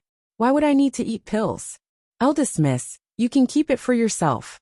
By the way, Lord Bai and Lord Wan often travel outside. What they need the most is this kind of pill. If you send it to them, they will definitely be very happy." Mother Qing felt that since she was staying in the courtyard and did not go out, she could slowly recuperate from her injuries. Eating pills was too wasteful. Yi Joga knew that Mother Qing always felt that a servant like her did not deserve to eat good pills. She was very stubborn on this matter. So he changed his words. "This batch of pills is a new formula that I developed. I don't know how effective it is. So, I want you to help me test the efficacy." "Test the efficacy? Okay." Mother Qing immediately nodded her head in agreement. Yi Joga was afraid that the efficacy was not enough. So, he directly gave her 2 pills. Mother Qing swallowed it without hesitation. She suddenly felt 2 clear springs rising from her dantian. The originally dull pain in her internal organs was so comfortable that it did not hurt at all. "Eldest miss, the pills that you refined are too powerful." Mother Qing was old and had suffered countless injuries. So, she was very clear that she would have to lie in bed for at least 1 or 2 months. But she did not expect that after eating 2 pills from Eldest Miss, she would actually be fine. It was even more powerful than the best quality blood-clotting pills sold in pharmacies. As long as it's effective, Yi Joga was very satisfied with the effect of this pill. She decided to use the small bronze cauldron to refine the detoxification pill for noble consort Shi. However, she was worried that the fat black mouse had already spat once today. She was afraid that it would not be able to spit out anymore. So she decided to refine it tomorrow. Chapter 107. After dinner, Yi Joga sat on the chair and began to think about things. Thinking about how to detoxify imperial concubine Shi. Thinking about whether the news of Nurse Su's death had spread. Thinking about the young master of the Gong family who had an eye disease. At this time, Pearl came over with a cup of freshly brewed rose tea and said softly, "Eldest miss, drink tea." Although Mother Qing had recovered after taking the hemostasis pill, Yi Joga still asked her to continue to rest in bed and recuperate. So Pearl went into the room to serve. Yi Joga took a sip of the rose tea and asked, "What are Master and Madam doing now?" "I heard that Master sent a lot of guards to go door to door to find the corpses of the guards of the Su family. Now 5 have been taken back, and the last one can't be found. Madam is so anxious that she can't even eat," Pearl said with a smile. When the people of Purple Forest Park heard that the people of Ink Garden were not living well, they felt indescribably happy. Yi Joga's mouth hooked up, showing a satisfied smile. This was the effect she wanted. She thought that this was enough to damage the face of the Su family in Yi Yushuan. But she didn't know that Wan Xiang still had a surprise waiting for her. At this time, Jinju said another piece of news. "By the way, eldest miss, this servant heard from a maid in the sprinkling courtyard that the garbage collected from our courtyard has been turned into a mess recently. Many maids in charge of cleaning have been scolded, and their monthly wages have been deducted a lot." Pearl was the child of a family and was very popular in the sprinkling courtyard. Although she was promoted to a maid in Purple Forest Park, she often went back to see her former sisters. She didn't put on airs at all, so everyone liked to talk to her about everything. The entire Yi mansion was cleaned by the sprinkling courtyard. They went out early and returned late. They often saw some strange things and told Pearl as a joke. When Yi Joga heard this news, she immediately thought of the person who was watching her in Yi mansion. Could it be that person guessed her movements from the garbage sent out by Purple Forest Park? Yi Joga pondered for a moment and ordered Pearl, "Go to the sprinkling courtyard and ask when the garbage has been turned over, and if anyone has turned it recently." "I know." Pearl nodded. Mother Qing also told her that Ziling Garden was being monitored, so she paid special attention to collecting these clues. "You've done well in this matter. After it's done, I'll reward you handsomely." Yi Joga felt that Pearl really had the talent to be an intelligence agent. It was a pity that she was just a mortal and didn't have spiritual roots. Otherwise, he could have nurtured her well. "Thank you, young Mississippi," Pearl smiled happily. The reward was not the most important thing. The most important thing was that the first miss did not conceal her appreciation, which made her feel that she was an unusual maidservant. "All right, if there's nothing else, you can go now." Yi Joga looked at the dark sky outside the window and decided to go out for a stroll. "Yes." Pearl retreated tactfully. Yi Joga returned to the inner room and changed into his night clothes. Like a ghost, he evaded the patrolling guards in the manor and sneaked into Yi Yuxuan's study to search for the place where he hid the medical records. At this moment, Zishang's lazy voice rang out. "Left corner. You're awake?" Yi Joga immediately straightened up. Zishang had just woken up and was using the soul contract to secretly read Yi Joga's memories so that he could understand what had happened while he was away. He just happened to read that Yi Joga wanted to find Yi Yuxuan's medical records, so he casually gave her some pointers. Although Yi Joga had a lot of questions to ask Zishang, she knew that now was not the time. She followed Zishang's pointers and walked around the left corner. Sure enough, she found a secret compartment under a floor tile. There was a large brown book and a small red booklet inside. The large booklet recorded Yi Yuxuan's connections. The small booklet recorded his most important clients. The medical record of Gong family's young master, Gong Baiyu, was in it. Yi Joga carefully flipped through the case and found that Gong Baiyu's illness was indeed very strange. No, it should be said that he had no illness at all. Aside from being unable to see, he didn't feel any discomfort. His pulse was also very healthy and strong, and there were no signs before he lost his sight. This kind of illness without any evidence was the most difficult to treat. Yi Yuxuan didn't dare to randomly prescribe medicine, so he only prescribed a series of medicinal pills to nourish the eyes and liver for Gong Baiyu. The liver governed the eyes, and most eye problems were related to the liver. There was no problem with Yi Yuxuan's prescription. However, the problem was that the liver was of the wood attribute, while Gong Baiyu had an earth spiritual root. Wood restrained earth, so blindly nourishing the liver would only make the wood spiritual root flourish, and it would instead restrain Gong Baiyu's spiritual power. Yi Yuxuan was treating the symptoms, but not the root cause. If Gong Baiyu continued to treat him, he would be crippled sooner or later. However, she couldn't find a way to treat Yi Joga. Moreover, Yi Yuxuan was a 5th-rank alchemist, while she was only a 2nd rank. Even if she told the Gong family that Yi Yuxuan treated him incorrectly, they might not believe her. This matter still needed to be planned slowly. Fortunately, Yi Yuxuan didn't dare to use too much medicine, so Gong Baiyu wouldn't have any problems for a while. There was still a lot of time for her to consider. After Yi Joga put the booklet back into the secret compartment, she quietly returned to Purple Forest Park. She was just about to ask Zishang about the origins of the small bronze cauldron and the fat black rat when she heard Zishang say viciously, "Su Clan's old bastard actually dared to treat you like this." So he had already read the memories of old Master Su taking advantage of his position to bully others. What made him even more furious was that it was Dongfang Ke who brought people to help Yi Joga. What's the point of saying all this now? Yi Joga rolled her eyes, showing disdain towards Zishang's belated actions. Why is it useless? Zishang's voice was gentle, but it was filled with killing intent. The temperature of the entire courtyard instantly dropped. What do you want to do? Yi Joga suddenly had a bad feeling in her heart. Naturally, I want to help you take revenge. Zishang's tone was cold, and his killing intent was everywhere. Old man Su is a spirit master. He isn't that easy to deal with. Yi Joga frowned. This was the human race's territory. If Zishang accidentally exposed himself, it would be troublesome. You don't need to worry about this. Just as Zishang finished speaking, Yi Joga felt pain from the purple mark on her wrist. She pulled up her sleeve and looked down.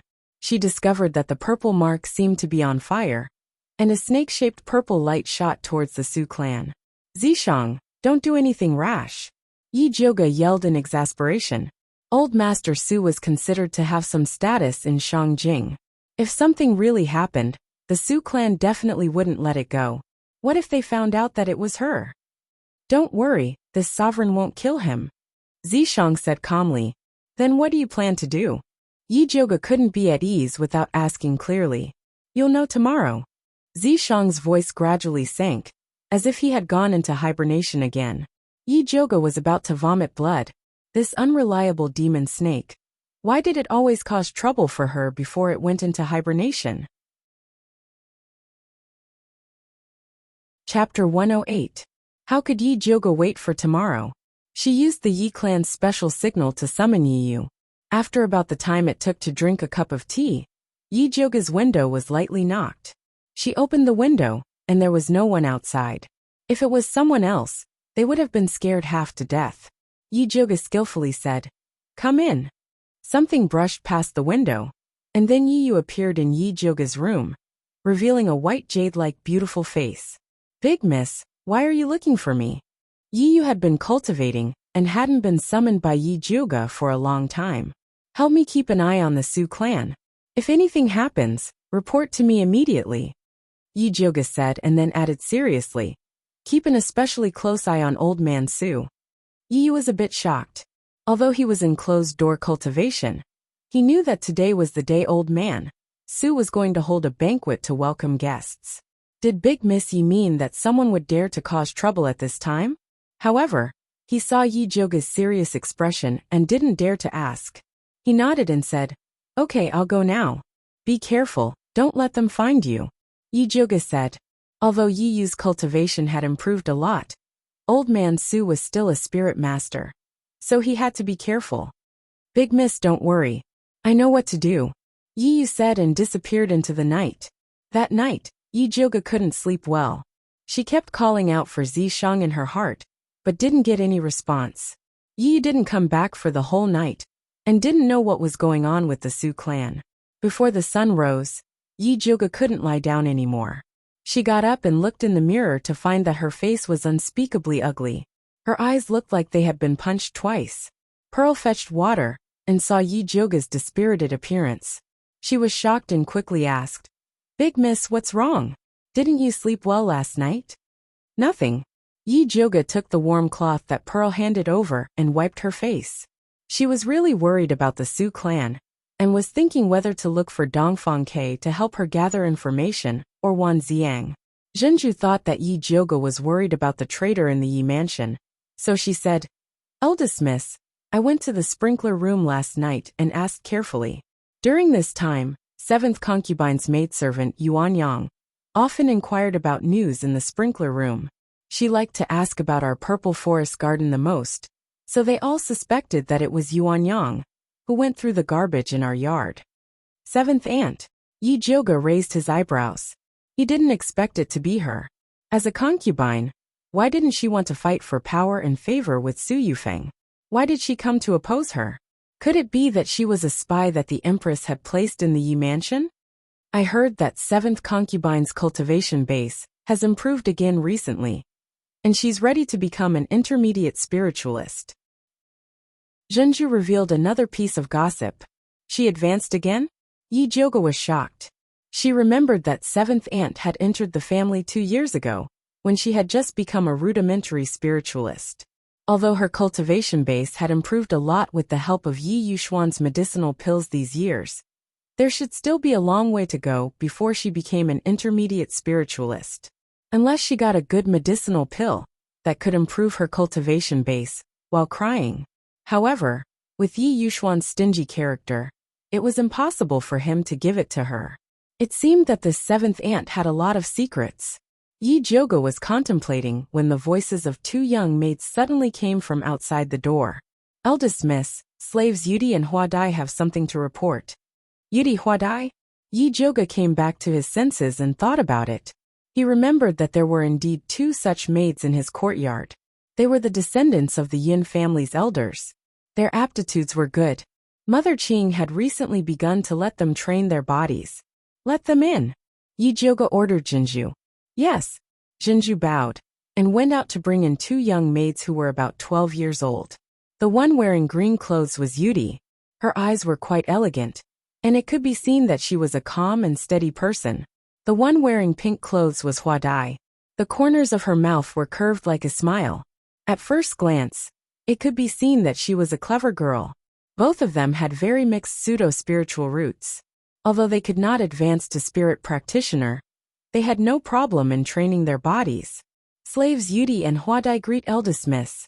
The two maids knelt down and bowed to Yi Jioge. Get up. Yi Jioge signaled Jinju to help the two young maids up. Then he said, Our Purple Forest Park does not accept this kneeling ceremony. You two are still young. Don't kneel so easily. Otherwise, your knees will suffer in the future. Yes. Yudi and Huadai bowed obediently, but in their hearts, they were very happy. They had long heard that eldest miss was a generous master. Today it seemed that it was true. You two just said that you had something to report. What is it? Yi Jioge asked. Replying to eldest miss, this slave just heard something from the gatekeeper. It said that a corpse suddenly fell from the sky from Lord Su's house on our street. His family was so scared that they immediately reported it to the authorities. Now the corpse has been sent to the Ministry of Justice. The people from the Ministry of Justice invited Master to take a look. Needless to say, this corpse was a Su family guard. This Lord Su is really a wonderful person. Yi Jioge couldn't help but laugh. Yesterday, the quarrel between her and old man Su should have been heard by everyone on the street. Everyone else gave face to Yi Yuxuan and returned the corpse of the Su family guard. Only this Lord Su wanted to send it to the Ministry of Justice. Clearly, he wanted to make things difficult for Yi Yuxuan. I heard that Madam is so angry that she is bedridden. These few days, she has been taking medicine to protect her pregnancy. Huadai said boldly. The corner of Yi Jioge's mouth hooked up. He didn't have any sympathy. Su Yufeng came back and caused trouble. She deserved to get sick from anger. Zhenju, tell the carriage house to prepare a horse for me. I want to make a trip to the Ministry of Justice. Yi Jioge believed that with Wan Ziang there, the matter of the Su family guard would not be easily settled. She could go over and help out. Yes. Zhenju nodded and asked, Does eldest miss want to bring people out? When Yudi and Huadai heard this, their eyes immediately lit up. Let them go out with me. Yi Jioge usually didn't like to bring people out. But now that she thought about it, it was necessary to cultivate some capable trusted aides. Thank you, eldest miss. The two servant girls immediately bowed to Yi Jioge with joy. Eldest miss, do you want to tell Mother Qing? Zhenju asked in a low voice. Yi Jioge said. These servant girls had always been under Mother Qing's control. She did need to be told. Yes. The two servant girls could already imagine Mother Qing's nagging. They drooped their shoulders and walked out. Yi Jioge suddenly found it a bit funny. It seems that I'm not the only one who is afraid of Mother Qing's nagging. When Yi Jioge was ready to leave, Yudi and Huadai walked out of Mother Qing's room. The two of them seemed to have been reprimanded. Their little faces that were full of joy just a moment ago became very calm. They didn't dare to say a word. Yi Jioge was very satisfied with this. After all, she was going out. It was good for the two servant girls to be more steady. She brought the two servant girls to the carriage and walked towards the Ministry of Justice.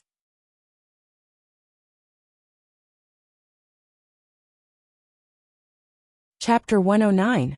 Yi Jioge went to the Ministry of Justice and said he wanted to see Wan Ziang. The guard at the door went in to make the announcement. Unexpectedly, Wan Ziang and Bai Songling came out to greet him. Miss Yi, Why didn't you say you were coming? Bai Songling asked. I heard that someone from the Ministry of Justice came to identify my father's body, so I wanted to come and see. Where is my father? Yi Zhuge asked. Bai Songling heard this and suddenly said with a strange expression, Didn't you hear that something happened to the Su family? What happened? Old man Su didn't die, did he? I heard that old man Su drank too much last night and suddenly didn't wake up. We invited a lot of spiritual doctors to see him, but it was useless. Your father has already rushed over. Bai Songling said gloatingly. They all heard that old man Su brought Su Yufeng back to the Yi family to bully Yi Zhuge yesterday. That was why they wanted to use the body of the Su family's guard to do something. They didn't expect that old man Su would die before they could do anything. I see. Yi Zhuge was slightly relieved. It was good that he didn't die. Miss Yi, old man Su fell ill after making trouble at your house yesterday. I'm afraid that the Su family will blame it on you. You have to be careful. Wan Ziying said. He had been investigating the Su family and knew that they were unreasonable scoundrels. It was possible that they would slander Yi Zhuge. Different situations call for different actions. With Zishang around, the Su family should be the one to be careful. But Miss Yi, you don't need to worry too much. The cause of old man Su's illness is still unknown. I guess the Su family doesn't have time to care about other things.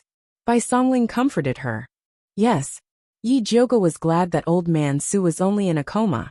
If he really died suddenly, the Su family would definitely bite people everywhere like a mad dog. This is not a good place to talk.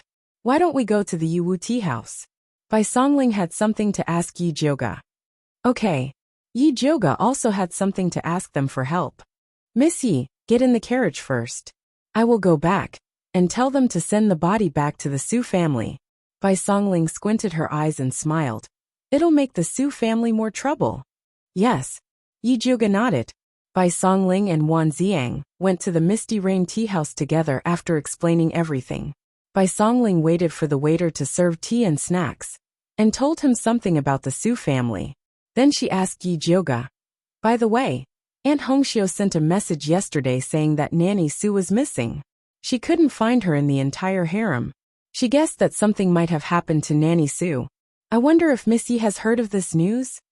Ever since Yi Zhuge revealed Wet Nurse Su's identity as an evil cultivator, Aunt Hongxiu had been paying close attention to her every move. Therefore, when they found out that she was missing, they immediately spread the news. Bai Songling compared the time and found that the day when Mammy Su disappeared was the day when Yi Zhuge went into the demonic beast forest to collect herbs. She had some guesses in her heart. I haven't heard of this before. Do you think the Empress sent Nanny Su to do something else? Yi Zhuge said casually. She was not worried that others would suspect her. After all, with her cultivation, it was impossible for her to kill Nanny Su no matter how she looked at it. She just needed to hide the demonic weapon, the Thunder Snake illusionary whip. Hearing what you said, I remember something. The Ministry of Penalty just received the news from Hepu County this morning, saying that female corpses were also found there 10 days ago. However, the courier station they sent the news was suddenly destroyed that day, so the Ministry of Penalty didn't get the news until now. Bai Songling had planned to go to Hepu County with Wan Ziyang today to have a look. Do you suspect that these female corpses were done by Nanny Su? Yi Zhuge asked. It shouldn't be her. The case in Hepu County, and that in Heian County should be done by the same person. When the accident happened in Hepu County, Nanny Su was still in the palace. However, even if it wasn't Nanny Su, the murderer must be related to her. Maybe they are in cahoots with Su Junqing. But I don't know why they appeared in Thunder Country. Bai Songling had been thinking about this recently. The Su family, the Empress, and the Crown Prince are all related to the evil cultivator, which means that the evil cultivator wants something from them. Wan Ziyang added. Yi Zhuge subconsciously thought of the treasure map. At this time, she suddenly felt something strange on the chair to her left. It seemed that someone had accidentally touched her seat. Her heart skipped a beat as she knew that Yi Yu had arrived. She could even feel Yi Yu's messy breath. He must have thought of the treasure map. Yi Zhuge was about to find an excuse to leave. Unexpectedly, Wan Ziyang also noticed Yi Yu's strange behavior. He shouted to the corner behind Yi Jioga. Who's there? Bai Songling reacted very quickly. With a flash of green light in her hand, a green vine shot out instantly. Don't do it. He's one of us. Yi Jioga raised his hand to stop Bai Songling's vine. Wan Ziang, who was preparing a fireball, suddenly stopped and asked in confusion. One of us. Yi, you come out. Yi Jioga turned to the corner and said. The shadow in the corner twisted, and Yi Yu's figure appeared. The Yi family? Unexpectedly, Wan Ziang recognized Yi Yu at a glance. Brother Wan, how do you know him? Yi Jioga asked curiously. The Crown Prince and the Su family have been looking for him. Even we have heard about it. Bai Songling and Wan Ziang worked in this field, so they knew a lot more than ordinary people. Why are the Crown Prince and the Su family looking for him? Yi Jioga pretended to ask. She wanted to test whether Bai Songling and Wan Ziang knew about the treasure map. You'll have to ask young Master Yi, Wan Ziang said. It seemed that he didn't know anything. Yi didn't say a word. He completely ignored Wan Ziang and Bai Songling.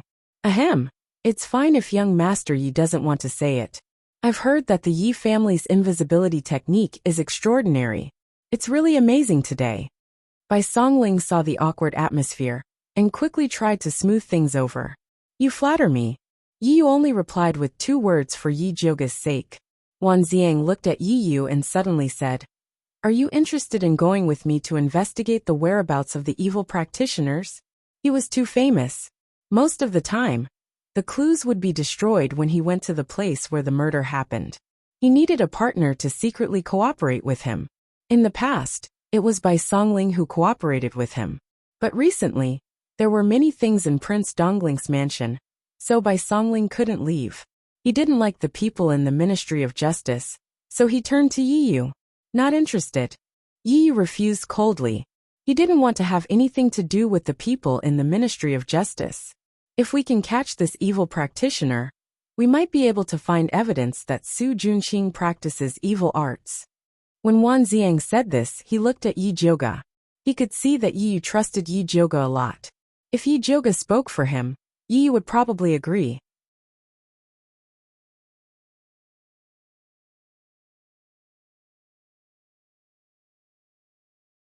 Chapter 110.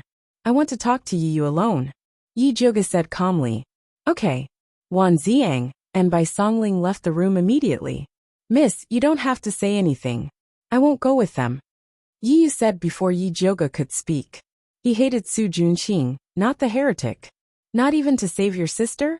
Yi Jioga sighed. He didn't tell Yi Yu about Yi Yunji, because he was worried it would affect his cultivation. But Wan Ziang was right. Su Junqing was too difficult to deal with. It was rare to find an arrogant and brainless heretic.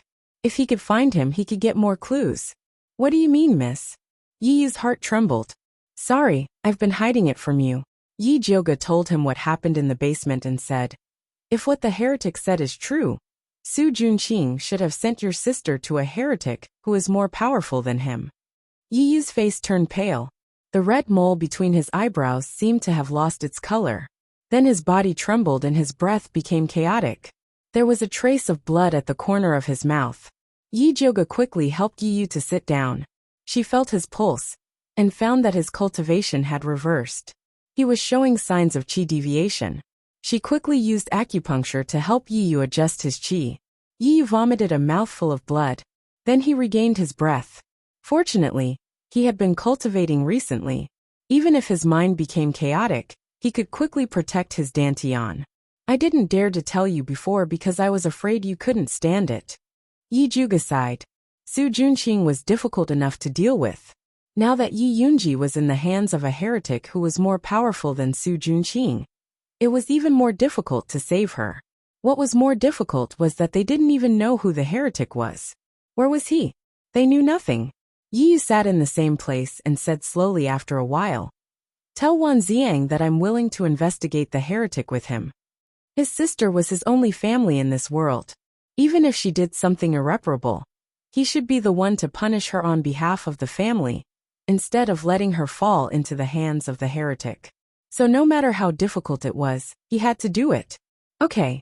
Yi Jioga knew that Yi Yu would agree, So he went out and called Wan Ziang in.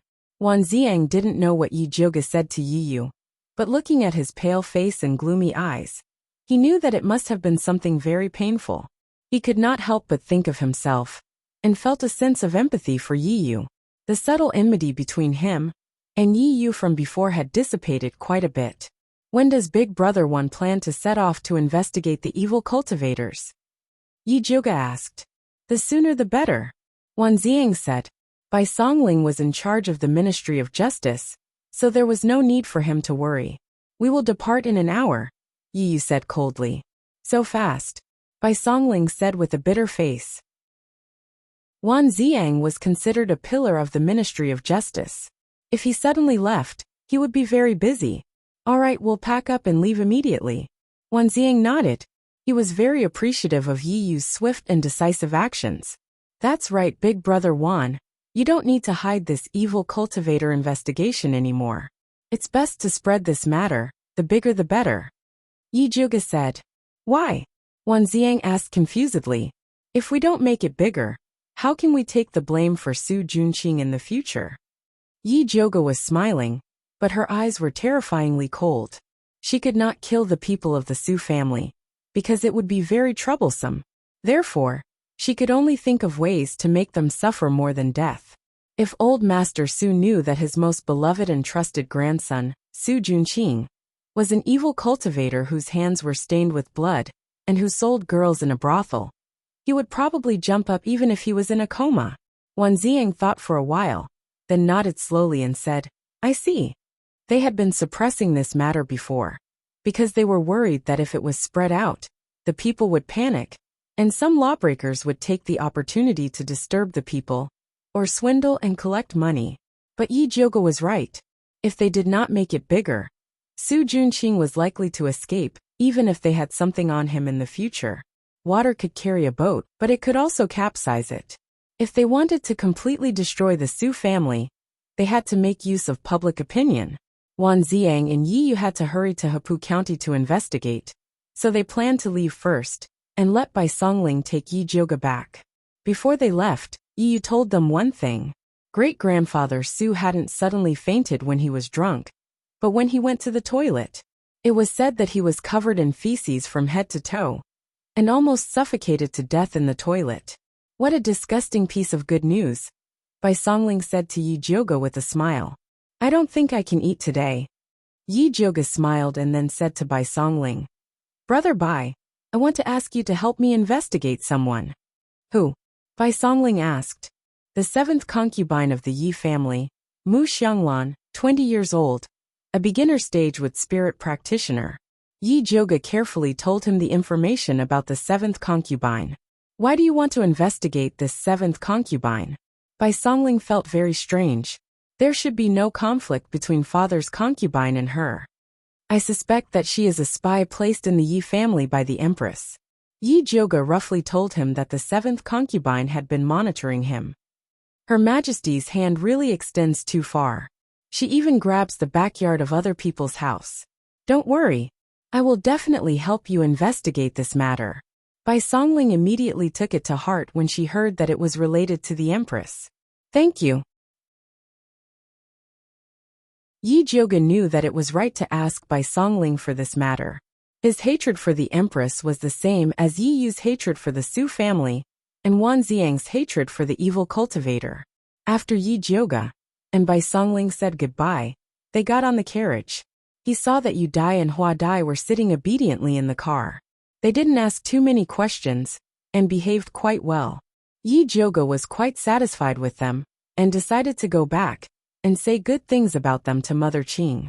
When she returned to Purple Forest Garden, she happened to see Mother Qing walking in the yard. She suddenly frowned.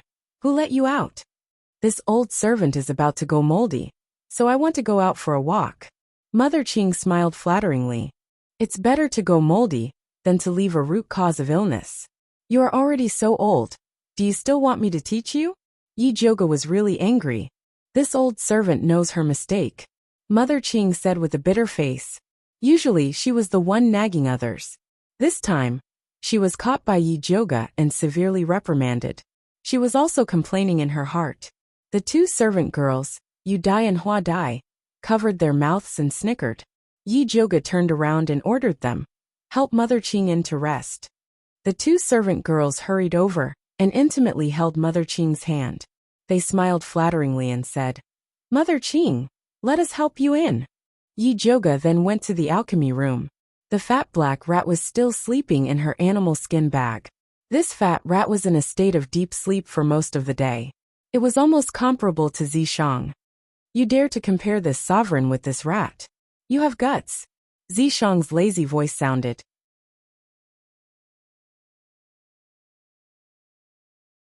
Chapter 111. Yi Joga didn't expect Zishang to wake up at this time. After a moment of daze, she immediately asked, Tell me, what did you do to old man Su? Nothing, I just sealed his 5 senses. Zishang said faintly. That's too cruel. Yi Joga was speechless. She knew Zishang was cruel, but she didn't expect him to be this cruel. Sealing one's 5 senses was isolating one's reaction to the outside world. Unable to speak, unable to move, unable to feel anything, but one's mind was still very clear. This feeling was as terrifying as sinking into the darkest sea. Old man Su was probably going crazy. I'm already very kind. If they were in the Yao clan, he had thousands of ways to make old man Su's life worse than death. Then I thank you on his behalf. Yi Joga said sincerely. I helped you vent your anger. Don't you want to reward me? Zishang appeared and pulled Yi Joga into his arms. Did I beg you to go? Yi Joga pushed him away very coldly and heartlessly. This guy made her unable to sleep well last night. And now he had the face to ask for a reward. Giving him 2 slaps was more like it. Little Joga. Zishang's slender eyebrows slightly raised. That pair of dark purple eyes were like amethysts hidden deep in a mine, flashing with a mysterious light as he stared deeply at Yi Joga. Yi Joga saw that Zishang's beautiful face was now a little pale, and she couldn't help but feel a trace of guilt. Zishang had to sleep for a few days to pass his power to her. This time, dealing with old man Su must have consumed even more Yao energy. No matter what, he was trying to help her, and it wasn't right for her to be so heartless to him. Take the reward. Yi Joga extended his index finger and said very generously, Suck as much as you want. Zishang looked at Yi Joga's slender and white index finger, and revealed a trace of a smile, as beautiful as a blooming epiphyllum in the night. This was the first time Yi Joga voluntarily let her suck his blood. Although it wasn't what he wanted, it was better than nothing. Zishang put Yi Joga's finger in his mouth, bit it with his sharp snake teeth, and gently sucked. Yi Joga was originally worried that he would cause trouble again. Seeing that he was obediently sucking blood, he felt a little uncomfortable, so he tried to find a topic to talk about. Do you have any way to make me stronger? This incident with old man Su had given her a wake-up call. She was considered powerful among rudimentary spiritualists, but there were stronger beings. She had to keep improving. Yes, as long as you dual cultivate with this sovereign can immediately make your cultivation soar. Zishang sucked on Yi Joga's finger, his eyes staring straight at her, indescribably charming. Change it. Yi Joga knew that this pervert was full of bad ideas. No more. Zishang let go of Yi Joga's finger, stroked her head and said, You don't have to worry too much. This sovereign will not let you face such a situation alone again. I beg you, please leave me alone. Yi Joga didn't want Zishang to suddenly go on a killing spree, causing her to be hunted down by the entire human race. Zishang's good intentions were treated as ill will, and his mood immediately turned sour. Both of his hands clasped onto her slender waist, wanting to deal with her. I'm warning you, don't provoke me. Yi Joga raised her knee and struck Zishang's lower abdomen. She definitely wouldn't let this guy get his way so easily like last time. Just when the two of them were confronting each other, sparks flew in all directions. A tender voice came from under their feet. Pippi. Yi Joga looked down, and met with a pair of big watery eyes. The fat black rat took out 2 red fruits from its small bag, and looked at Zishang with a fawning look, as if it was offering a sacrifice to a god. What is this? Yi Joga looked at the fruits that were emitting a faint fragrance, and instinctively knew that it was something good. Sacred origin fruit. It can quickly recover all of one's origin energy. He needed this thing right now, and this little thing was quite filial. Pippi. The fat black rat pushed the red fruit towards Zishang. That fawning look made Yi Jioga really unhappy. Zishang stretched out his finger and pointed. The two red fruits rose up and flew into his hand. The fat black rat heaved a sigh of relief at first, then immediately puffed out its fat chest, and glanced at Yi Jioga with a contemptuous and a little proud look. It looked as if the boss had found a backer, and little brother had to follow him. I really want to hit it, what should I do? Yi Jioga felt his hands itch. She had been raising it for the past few days, and it went to fawn over Zishang, without even paying the food expenses. Did it know who its master was? Whatever. Zishang threw the fruit into its mouth. The fat black rat suddenly looked like it was struck by lightning. You said that you would protect me after receiving the fruit. What happened to the most basic trust between beasts? Fat black rat, have you figured out who's the boss? Yi Jioga grabbed the fat black rat by the back of its neck and brought it in front of him. Pippi. The fat black rat cried out aggrievedly and covered its small bag with a pained expression. It couldn't bear to take anything out for a long time. Forget it. I don't want your protection fee. When I refine pills later, just help me purify the pill poison like yesterday. Yi Jioga felt that it was better for him to be more realistic. Pippi sauce. The fat black rat puffed out its fat chest, indicating that it still had a lot of saliva. Scram. Yi Jioga let go. The fat black rat immediately ran away. Where did you get this rank 5 spirit rat? Zishang asked. Rank 5 spirit rat? You mean that fat black rat just now? Yi Jioga expressed his doubt. How could that stupid look be a rank 5 spirit rat? Spirit beasts were much rarer than demonic beasts, and beasts that had awakened their spirit were all very intelligent. Rank 1 to 3 spirit beasts were very rare. Rank 4 to 6 spirit beasts would have their own innate abilities. Rank 7 powerful spirit beasts could even transform into a human and crush demonic beasts and humans of the same rank. And, although it doesn't look like one, it is indeed a high-rank spirit beast. Zishang only read about Old Master Su last night before he got angry, so he didn't know the origins of the fat black rat and the small bronze cauldron. It brought a small broken cauldron and came to rely on me. Yi Jioga told him what happened in the demonic beast forest. Zishang carefully studied the small bronze cauldron, but unfortunately, he couldn't see anything special about it. The material used to refine this medicine is something that I have never seen before in this continent, so it shouldn't be an ordinary material. However, it's damaged too much, so if I find a way to repair it, I should be able to guess its origin. Zishang said. Who cares about its origin? It's fine as long as it's useful. Yi Jioga was very busy, and he really didn't have time to investigate the origin of a rat and a small broken cauldron. And these were after all worldly possessions. As long as they didn't pose any threat to Yi Jioga, Zishang was too lazy to care about them. I'm going to refine pills, go away. Yi Jioga pushed Zishang away and prepared to start refining Noble Consort Shi's detoxification pill.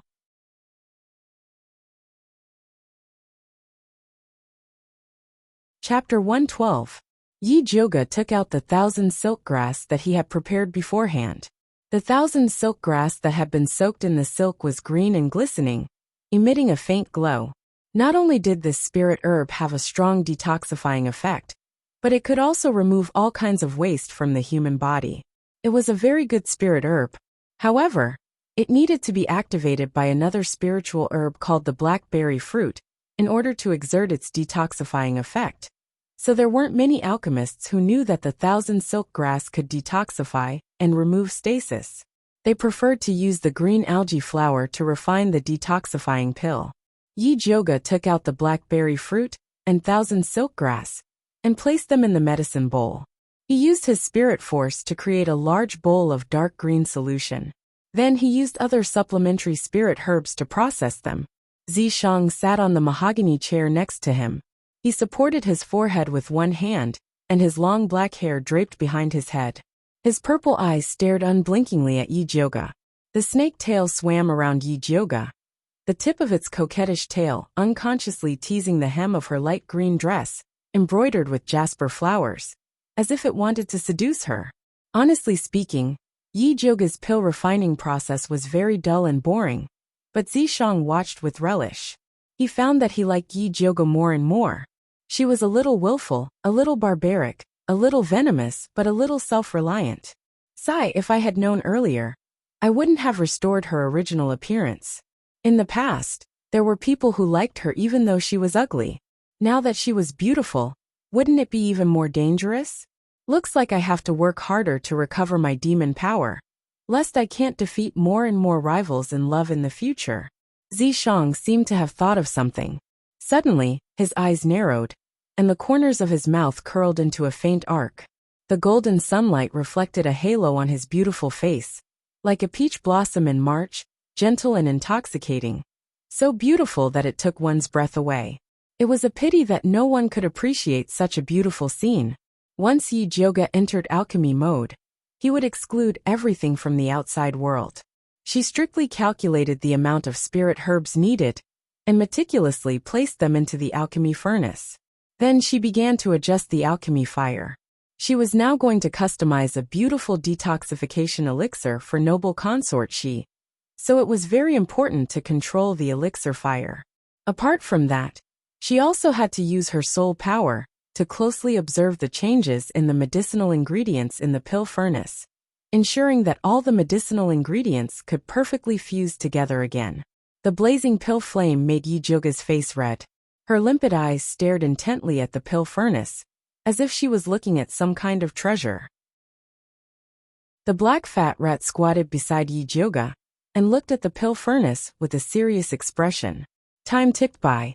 Zishang was finally tired of watching. His figure flashed, and he returned to the mark in Yi Zhouge's hand. Yi Zhouge didn't notice it at all. He had been paying close attention to the situation of the pill furnace. He saw that the medicinal liquid inside had completely dissolved, turning into a crystal-clear light green solution. The pale green liquid became more and more viscous, and its color turned dark green, and it began to fuse into the shape of a pill. Black fatty, go! Yi Zhouge shouted and opened the pill furnace. The fat black rat darted over like a bolt of lightning, puffed up its cheeks, and spat a mouthful of colorless, odorless saliva towards the furnace. After the dark green liquid absorbed the fat black rat's saliva, it instantly split into two and condensed into two pills. The other pill was slightly bigger, about the size of a thumb. It was green and lustrous. It was the illusory beauty detoxification pill. The other one was only the size of a red bean. The dark red one was the pill poison. Yi Zhouge gave the red pill poison to the fat black rat and stored the beauty illusion detoxification pill in a jade bottle. She glanced at the darkening sky outside the window. Although it was a bit late to go to the Dongling prince's residence, the pill had just been refined, and she wanted to quickly give it to noble consort Shi. Yi Zhouge thought about it and decided to detoxify the poison as soon as possible. She believed that Dongfang Ke and noble consort Shi would be happy to see the detoxification pill. Yi Zhouge went to find Bai Songling as usual, wanting him to secretly take her into the prince's residence. When Bai Songling learned that Yi Zhouge had already refined noble consort Shi's detoxification pill, he said happily, "Your pill refining is really timely." "What do you mean?" Yi Zhouge didn't understand. When she went to see noble consort Shi, she had recovered very well and didn't need to take the detoxification pill immediately. "You don't know, but the Empress is starting to cause trouble again," Bai Songling said. It turned out that after Nurse Su disappeared, the Empress was gloomy for a period of time, and suddenly said that she wanted to help the Emperor select a female. She also said that the harem hadn't had a new person for many years, and that there was no new royal bloodline, so she wanted to open a harem selection. Those who didn't know the truth would really think that the Empress was really thinking for the Emperor. However, they didn't know that there were no less than 10 concubines in the palace who had a miscarriage in the past few years, and there were countless palace maids who had been forced to give birth. Some palace maids were forced to give birth just because they were beautiful, and they hadn't even slept with the Empress yet. Under such circumstances, no one would believe that the Empress would help the Emperor reproduce. What did the Emperor say? Yi Joga frowned and asked. She also felt that the Empress's actions were very strange. The Emperor said that there will be a pill refining competition in a month, and we will discuss it after the competition. But what man doesn't like the harem? Bai Songling's face flashed with undisguised contempt. It seemed that he had a lot of opinions about Emperor Xianwu. What does the Emperor's selection have to do with noble consort Xi's detoxification? Yi Joga couldn't understand. If noble consort Xi returns to the harem, the Emperor will definitely not select a concubine, Bai Songling said with certainty. You already said that men like the harem, and noble consort Xi returning to the harem doesn't conflict with the Emperor's selection. Yi Joga felt that Bai Songling valued noble consort Xi too much. If Emperor Xian really loved noble consort Xi that much, how could he allow her to be outside for more than 10 years? That's because you don't know what noble consort Xi means to the Emperor. Bai Songling smiled and said very meaningfully, in the past, when there were imperial concubines and noble consort Xi, Emperor Xianwu never selected a concubine. It was enough for him to have 2 concubines accompanying him. Later, when imperial concubine died of illness and noble consort Xi left the palace, Emperor Xianwu started a large-scale selection. Now that noble consort Xi had returned, Emperor Xianwu would definitely not select a concubine to protect his face. Okay, you're right. Then let's go to Dongling Wangfu and help noble consort Xi detoxification now. No matter what, as long as he could make the Empress unhappy, Yi Joga was happy. When Bai Songling brought Yi Joga to Dongling Wangfu through the secret passage of Yuwu Tea House, Dongfang Ke had just returned from the palace. Knowing that Yi Joga had already refined the detoxification pill, he said very happily, Her Highness shouldn't be asleep yet. It's the right time for you to go. Although the rotten flesh on noble consort Xi's face was much better, she still refused to see guests. Other than Nanny Zhou, only Yi Joga could enter her courtyard at will. Then I'll go first. After Yi Joga said goodbye to Dongfang Ke and Bai Songling, he walked towards noble consort Xi's courtyard with familiarity.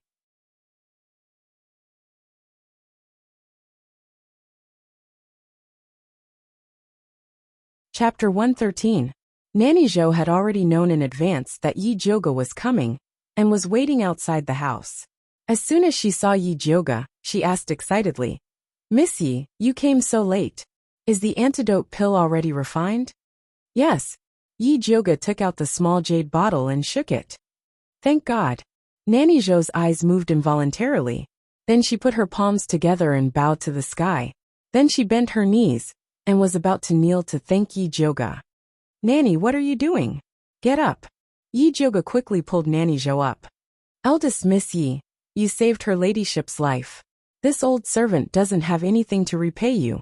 Let this old servant kowtow to you 3 times. Nanny Zhou was really grateful to Yi Joga. If she didn't do something, she wouldn't be able to express her excitement. Nanny Zhou, in terms of age, you can be my grandmother. Isn't kneeling to me too much? Don't ever mention such words again. Otherwise, I won't dare to come here in the future. Yi Joga pretended to be angry. Nanny Zhou and Mother Qing were the same kind of people. They both treated their masters like their own daughters. No matter what they did, they would do it from the master's point of view. No matter how tired they were willing to endure it. Yi Joga respected such people. Okay, just pretend that this old servant didn't say anything like that. Nanny Zhou could see that Yi Joga was sincere. She felt indescribably comfortable. She had been a servant all her life. Although others treated her with courtesy out of respect for noble consort Xi, no one had ever been like Yi Joga. Comparing her to his grandmother, she felt like drinking a cup of hot tea in winter. Her heart was warm. No wonder everyone liked such a good girl. Nanny Zhou put her gratitude in the bottom of her heart, and quickly brought Yi Joga into the house. Noble consort Xi was walking around the house. She was so nervous that her palms were sweating. She had thought that it would take a lot of effort to cure this disease. She didn't expect that the final detoxification would start so soon. She was surprised and didn't know what to do. Hearing the sound of the door opening, she quickly sat back in the chair with a calm expression on her face. Yi Joga saw noble consort Xi's calm appearance, and was very impressed. He bowed to her and said, Joga greets your highness. Juga, quickly sit. Noble consort, she called out with a faint smile. She had been taking Yi Jyoga's detoxification prescription all this time, and the rotten flesh on the right side of her face had completely scabbed over, turning into a huge black and red scar that looked like a mask.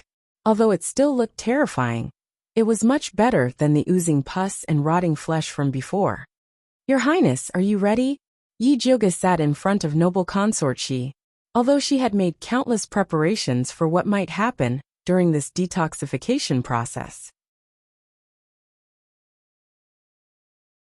However, they couldn't rule out some unexpected situations. Noble consort, she nodded slowly. Previously, when Yi Jyoga said that the final detoxification would be as painful as death by 1,000 cuts, she wasn't afraid. Now that Yi Jyoga had found a way to relieve her pain, she was even less afraid. Okay, then let's get ready. Yi Jyoga said straightforwardly. Eldest Miss Yi, should we detoxify here or find another place? Nanny Zhou asked in a low voice. If she wanted to change places, then she had to make early preparations.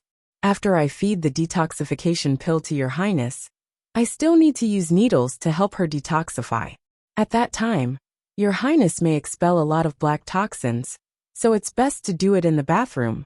This way, it would also be convenient to scrub. There is an independent bathing pool behind this small courtyard. Please wait for a moment, Your Highness and Eldest Mississippi. This old servant will prepare it now, Nanny Zhou said immediately. Okay. Noble consort, she nodded.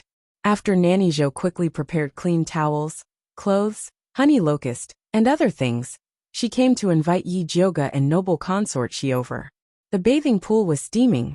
Yi Jyoga stood on the soft couch beside the bathing pool and said to noble consort Shi, Your Highness, please take off your clothes and lie on it. She was going to do acupuncture later, and noble consort Shi definitely couldn't wear clothes. Okay. Noble consort, she took off her clothes. Nanny Zhou took out a white silk bathrobe and helped noble consort Shi change into it. She then untied her hair and loosely tied it behind her. After noble consort Shi was ready, Yi Jyoga took out a big jade bottle. What is this? Noble consort, she asked curiously. This contains the blue jade seaweed I got in the demonic beast forest. Eat this blue jade seaweed first. Yi Jyoga opened the big jade bottle and poured out a ball of seaweed that emitted a blue light. This ball of blue jade seaweed was 0.5 gram, which was according to noble consort Shi's weight. Taking it before this detoxification pill could achieve the effect of anesthesia. Noble consort, she swallowed the blue jade seaweed without hesitation. After eating it, she felt a cold feeling rising from her dantian. The blood in her limbs seemed to start to stagnate. She lay on the soft couch powerlessly. Seeing that the blue jade seaweed was effective, Yi Jyoga handed the detoxification pill to her. When noble consort she took the detoxification pill, a complicated expression flashed across her face. As long as she took this pill, she would be able to expel the poison in her body and restore her appearance. The thing she had been thinking about for more than 10 years was right in front of her. But she was a little worried. She was afraid that the effect of the detoxification wasn't ideal. Her life would be ruined just like that, and it would probably be even more difficult than it was now. Your Highness, feel free to take it. I'm here, Yi Jyoga said slowly. Yi Jyoga didn't say anything to guarantee, nor did he make an expression that said you have to believe me. But noble consort she inexplicably felt at ease. Noble consort she pinched the dark green pill and put it into her mouth. She didn't know if it was the reflection of the candlelight or something else. Noble consort she's bright red nails suddenly flashed with a dark green light, but it quickly disappeared. Yi Jyoga's heart jumped, and a message seemed to flash through his mind. But after thinking about it carefully, he couldn't think of what it was. He could only stare at noble consort Shi and observe her every move. After noble consort Shi swallowed the pill, she only felt that the illusory beauty detoxification pill dissolved in her mouth. It turned into a sweet warm current that entered her stomach and began to expel the remaining illusory beauty poison in her body. The detoxification process was like a small shovel, eradicating the garbage stuck to her meridians. Although it was very painful, under the cold anesthetic effect of the blue jade seaweed, it was still bearable. Noble consort, she could clearly feel the small shovel, following her meridians to her fingertips. After the illusory beauty detoxification pill touched her fingertips, it suddenly exploded with a bang. It was like a spark falling into an oil barrel. The rolling heat spread wildly along her fingertips, and she couldn't help but scream in pain. At this time, noble consort, she truly realized what the pain of 1,000 cuts that Yi Jyoga mentioned felt like.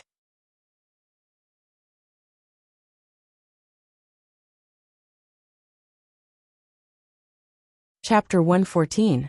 Yi Jyoga looked at noble consort Shi's skin, which instantly turned as red as a cooked shrimp, and finally knew what the thought that had just flashed through his mind was.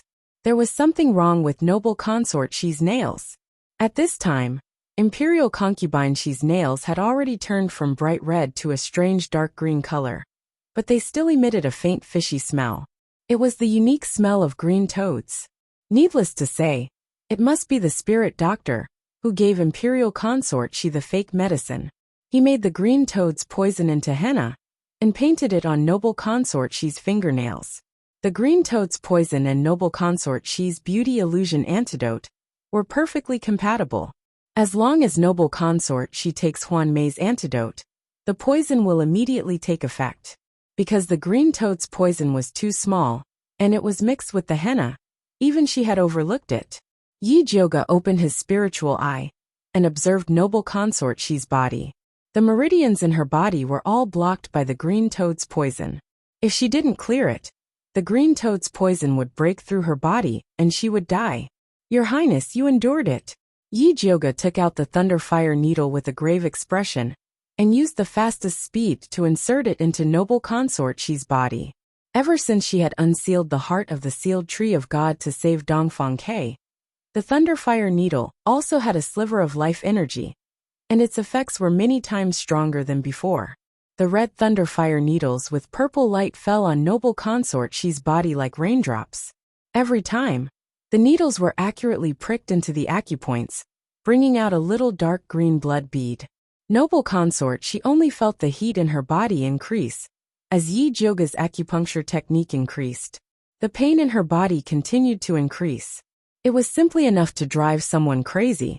Yi Jyoga's face was dark, and his heart was burning with anxiety. The anesthetic effect of the blue jade seaweed didn't last long.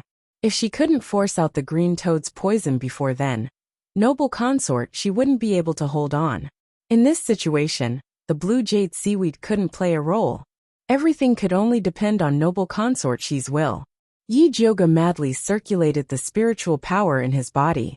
The thunderfire needle in her hand flashed like a shadow, and in the blink of an eye, 81 needles fell on imperial consort Shi's body.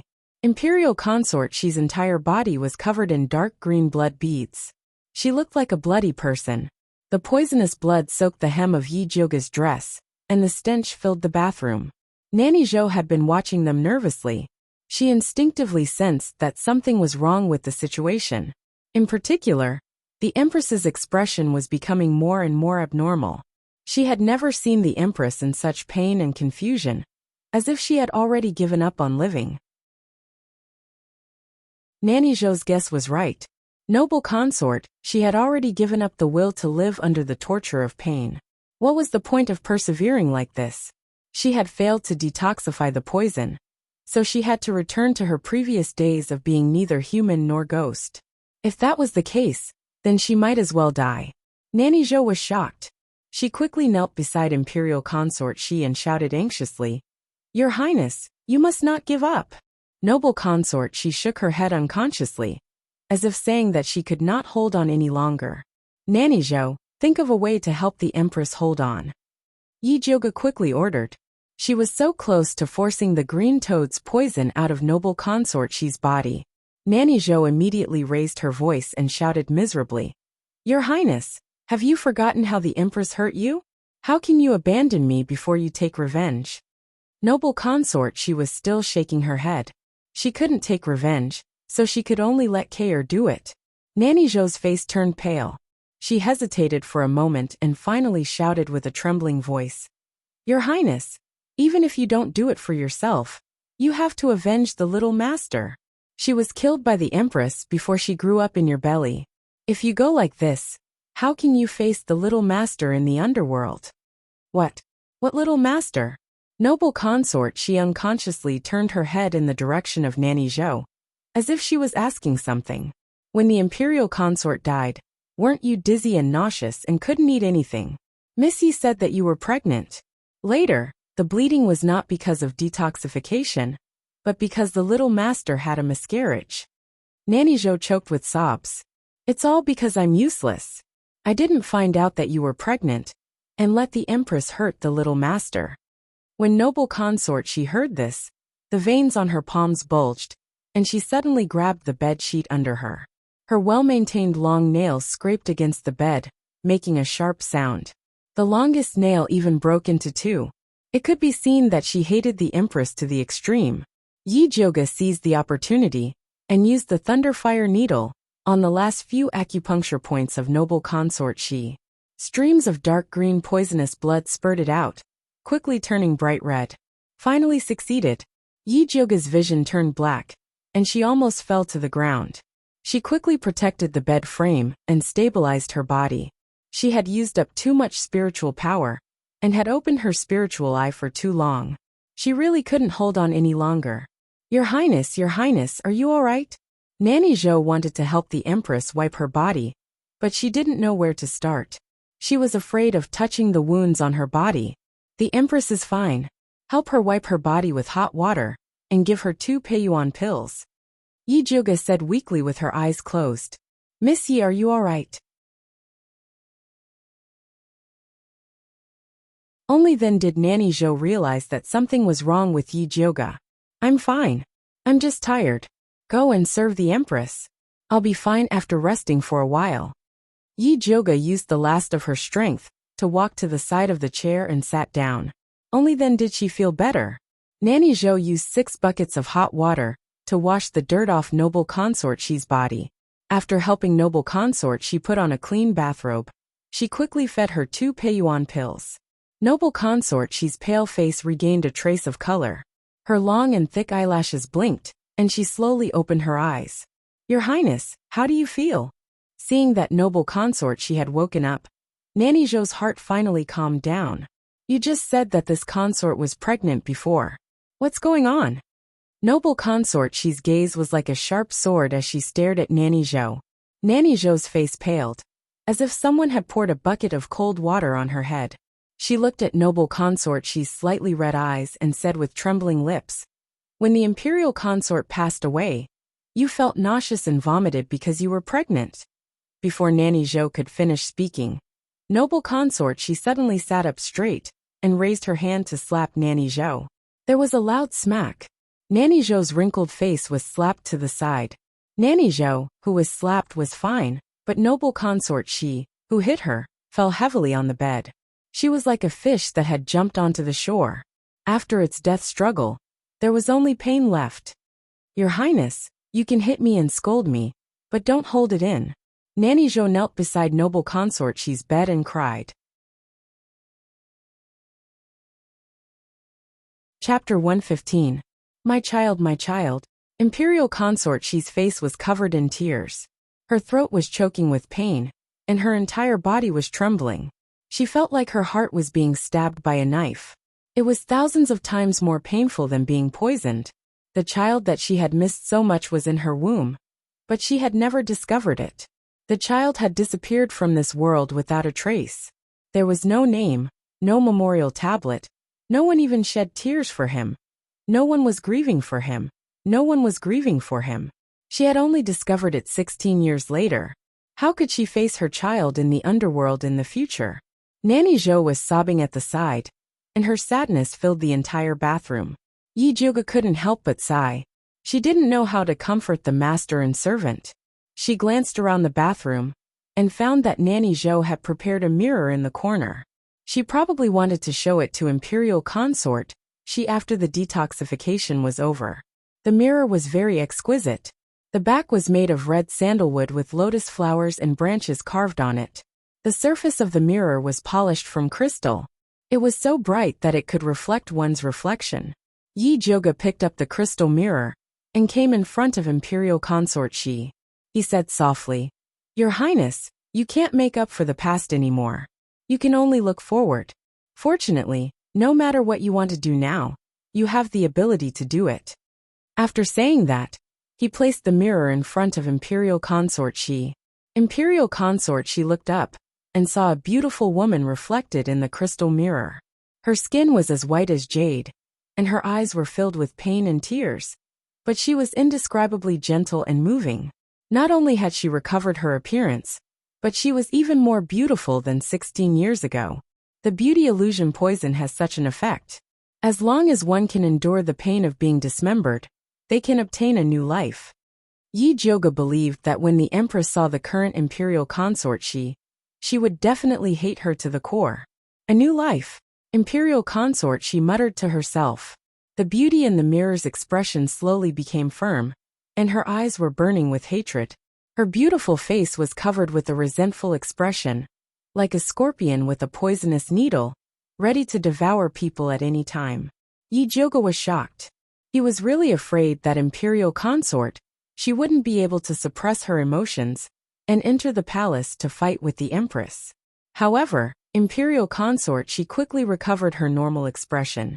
Her full lips were red like a pill, and she smiled beautifully. Dongfeng Yan Shuemingzhu, I'm back. After saying that, he closed his eyes and fainted. Your Highness, what's wrong? Nanny Zhou hurriedly straightened her body and looked towards Yi Joga in panic. Eldest Miss, quickly take a look at her ladyship. Yi Joga stepped forward to take her pulse. Seeing that she was only unconscious due to exhaustion, he said, Nyang Nyang is fine. She will be fine after a nap. Nanny Zhou breathed a sigh of relief. Her body went limp and she sat on the ground. Nanny, stop kneeling. Yi Joga helped Nanny Zhou up and advised, Nyang Nyang still needs you to serve her. If you fall, she will have no one to rely on. Eldest Miss is right. Nanny Zhou wiped her eyes and took a deep breath. She hid all the sadness, pain, and exhaustion in her heart. If it wasn't for the fact that she had been cultivating all these years, and her body was still considered strong, she probably wouldn't have been able to withstand the emotional ups and downs. Nanny, send noble consort she back to rest first. I'll go out and tell His Highness, the Prince of Dongling, lest he worries, said Yi Joga. Noble consort she's poison had been completely expelled. The next step was to quietly recuperate. Okay, eldest miss, there is hot water and new clothes over there. You should also change your clothes. Nanny Zhou looked at Yi Joga, who was covered in blood. Yi Joga's figure was about the same as noble consort she's, so he should be able to wear her clothes. Okay, I'll change later. Only then did Yi Joga discover that his body was covered in the smell of noble consort she's poison. Then this old servant will leave first. Nanny Zhou used a blanket to wrap noble consort she up and carried her back to the room. Yi Joga simply wiped his body, picked a lotus blue dress and put it on. Then he walked out of the courtyard. Dongfeng Ke and Bai Songling were waiting outside the courtyard. Seeing Yi Joga come out with a change of clothes and a face full of exhaustion, Dongfeng Ke immediately asked worriedly, did something happen? And, something went wrong when I was detoxifying the poison. I almost failed at the last moment. It's all my fault for not checking clearly before. Yi Joga told him about the green toad's poison. These days, she had placed all her attention on noble consort she's injuries and the poison of beauty illusion. She had indeed been negligent. The Empress is vicious and meticulous, and the poison she uses is very strange. It's normal that you didn't discover it. Dongfeng Ke wasn't comforting Yi Joga. He had been poisoned by the Empress before, so he understood her methods very well. Often, after you thought you had detoxified the poison in your body, you would discover that another poison had just started. That's right. Miss Yi, it's a good thing that you came to detoxify Her Highness. If it was someone else, they probably wouldn't even have the chance to save her. Although Yi Joga didn't explain the detoxification process, Bai Songling could tell from her pale face and tired figure that the detoxification process was very dangerous. Just now, in order to let Her Highness persevere, I told her about her miscarriage. I'm afraid that her mood will be very bad during this period of time. You guys have to pay more attention. Yi Joga instructed. Although the poison in noble consort Shi's body had been detoxified, it was still very important to take care of her. If she didn't take care of it well, there might be some side effects. Don't worry, I'll take good care of Her Highness. Dongfang Ke treated noble consort Shi as his own family, so he would naturally take good care of her. Alright, I'll go back first. If anything happens to noble consort Shi, you guys can come and inform me. Yi Joga was so tired that it was hard for her to even speak. She just wanted to return to Purple Forest Park and have a good sleep. Songling, send Missy back. Dongfang Ke instructed by Songling. Yes. Bai Songling brought Yi Joga out of the Dongling Prince's palace and personally sent her back to the back door of the Yi residence. Only then did Yi Joga enter through the back door. As soon as she entered the room, she fell asleep and only woke up at noon. Mother Qing came in a few times to take a look. Seeing that Yi Joga was sleeping soundly, she couldn't bear to wake her up. She could only order Pearl to guard the door and immediately call her if Miss woke up. After Yi Joga woke up, Mother Qing didn't ask anything and immediately prepared a table full of good dishes to serve her. Yi Joga had just eaten halfway when Pearl walked in from outside with a black invitation in her hand. She said, "Miss, this is an invitation that Lord Wan's residence just sent over." Yi Joga put down her bowl and chopsticks, took the invitation and looked at it. It was by Songling's handwriting, telling her to go to Yiwu Tea House in the afternoon. Could it be that something happened to noble consort Shi? Yi Joga didn't have the mood to eat anymore, so she changed her clothes and prepared to go out.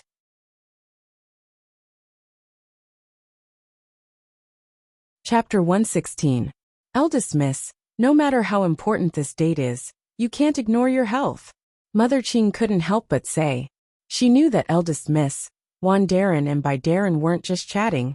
There were other important matters to attend to. But no matter how important those matters were, they couldn't leave early and return late like this. It's fine, I'm in good health, Yi Joga said. She just missed 2 meals, she wouldn't starve to death. You're not a pill refiner from the Ministry of Justice. Why do they come to you for everything? Mother Qing muttered with dissatisfaction. Every time Eldest Miss came back from Yiwu Tea House, she would either go out to pick herbs or refine pills in the pill refining room. No matter how stupid she was, she knew that Wan Ziang and Bai Songling came to find Eldest Miss for pills. Originally, she thought that the 2 of them were good son-in-laws, but now it seemed that they weren't anything good. Helping them is also helping me. Alright, don't worry about it so much. Yi Joga changed his clothes and went out alone in the carriage. Bai Songling was already waiting in the room of Yiwu Tea House.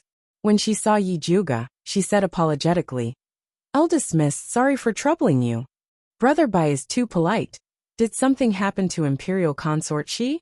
Yi Joga asked. Sigh. Bai Songling sighed heavily and said, "Her Highness said that she wants to return to the palace now." Now, Yi Joga was shocked. Imperial Consort She had just finished detoxifying last night and didn't even have the strength to speak. What did she want to do now? Yes, His Highness persuaded her for a long time, but she still insisted on returning to the palace immediately. His Highness really had no choice but to come to you for help.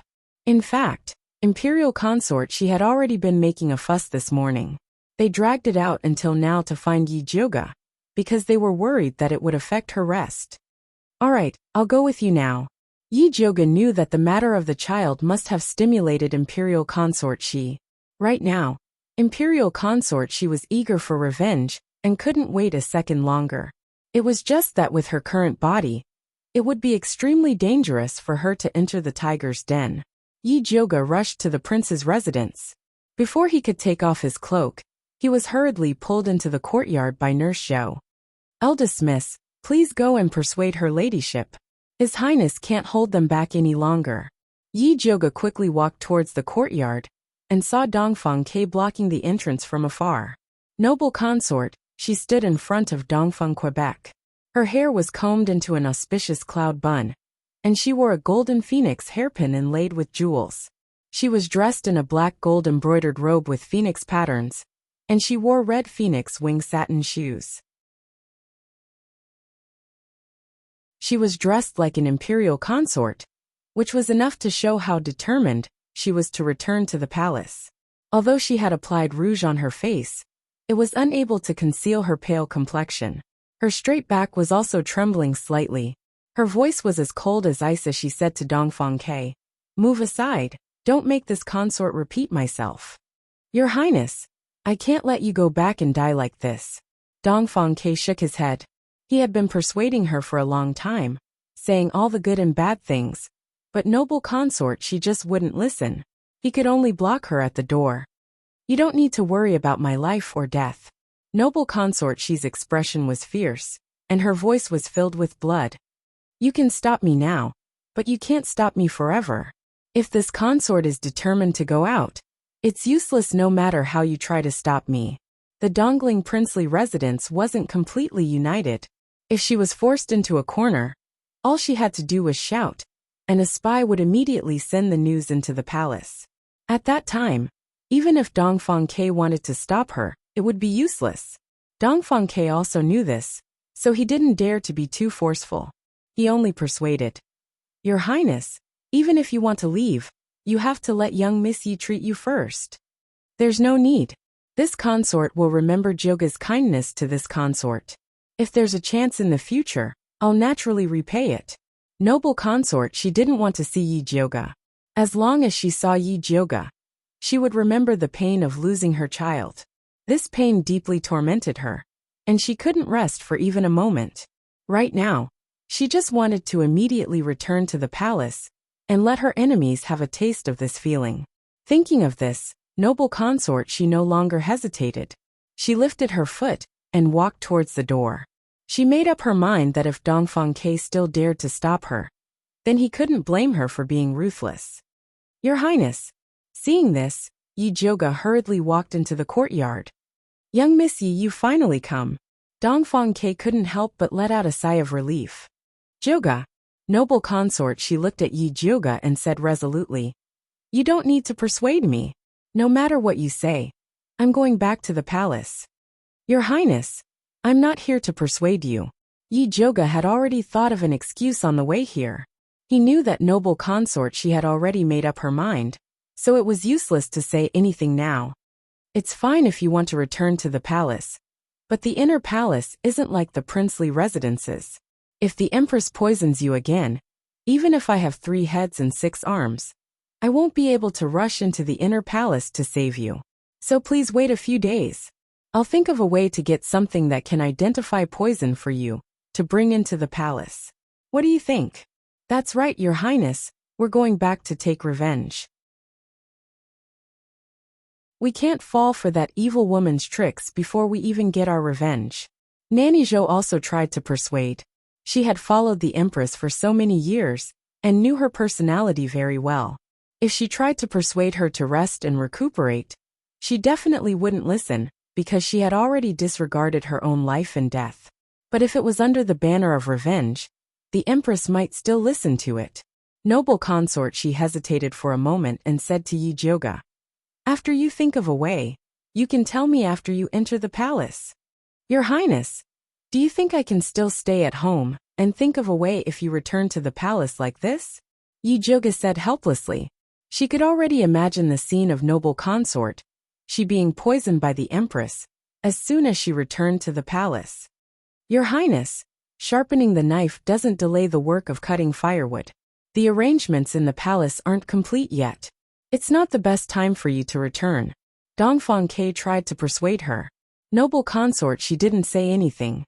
It seemed that she hadn't completely given up.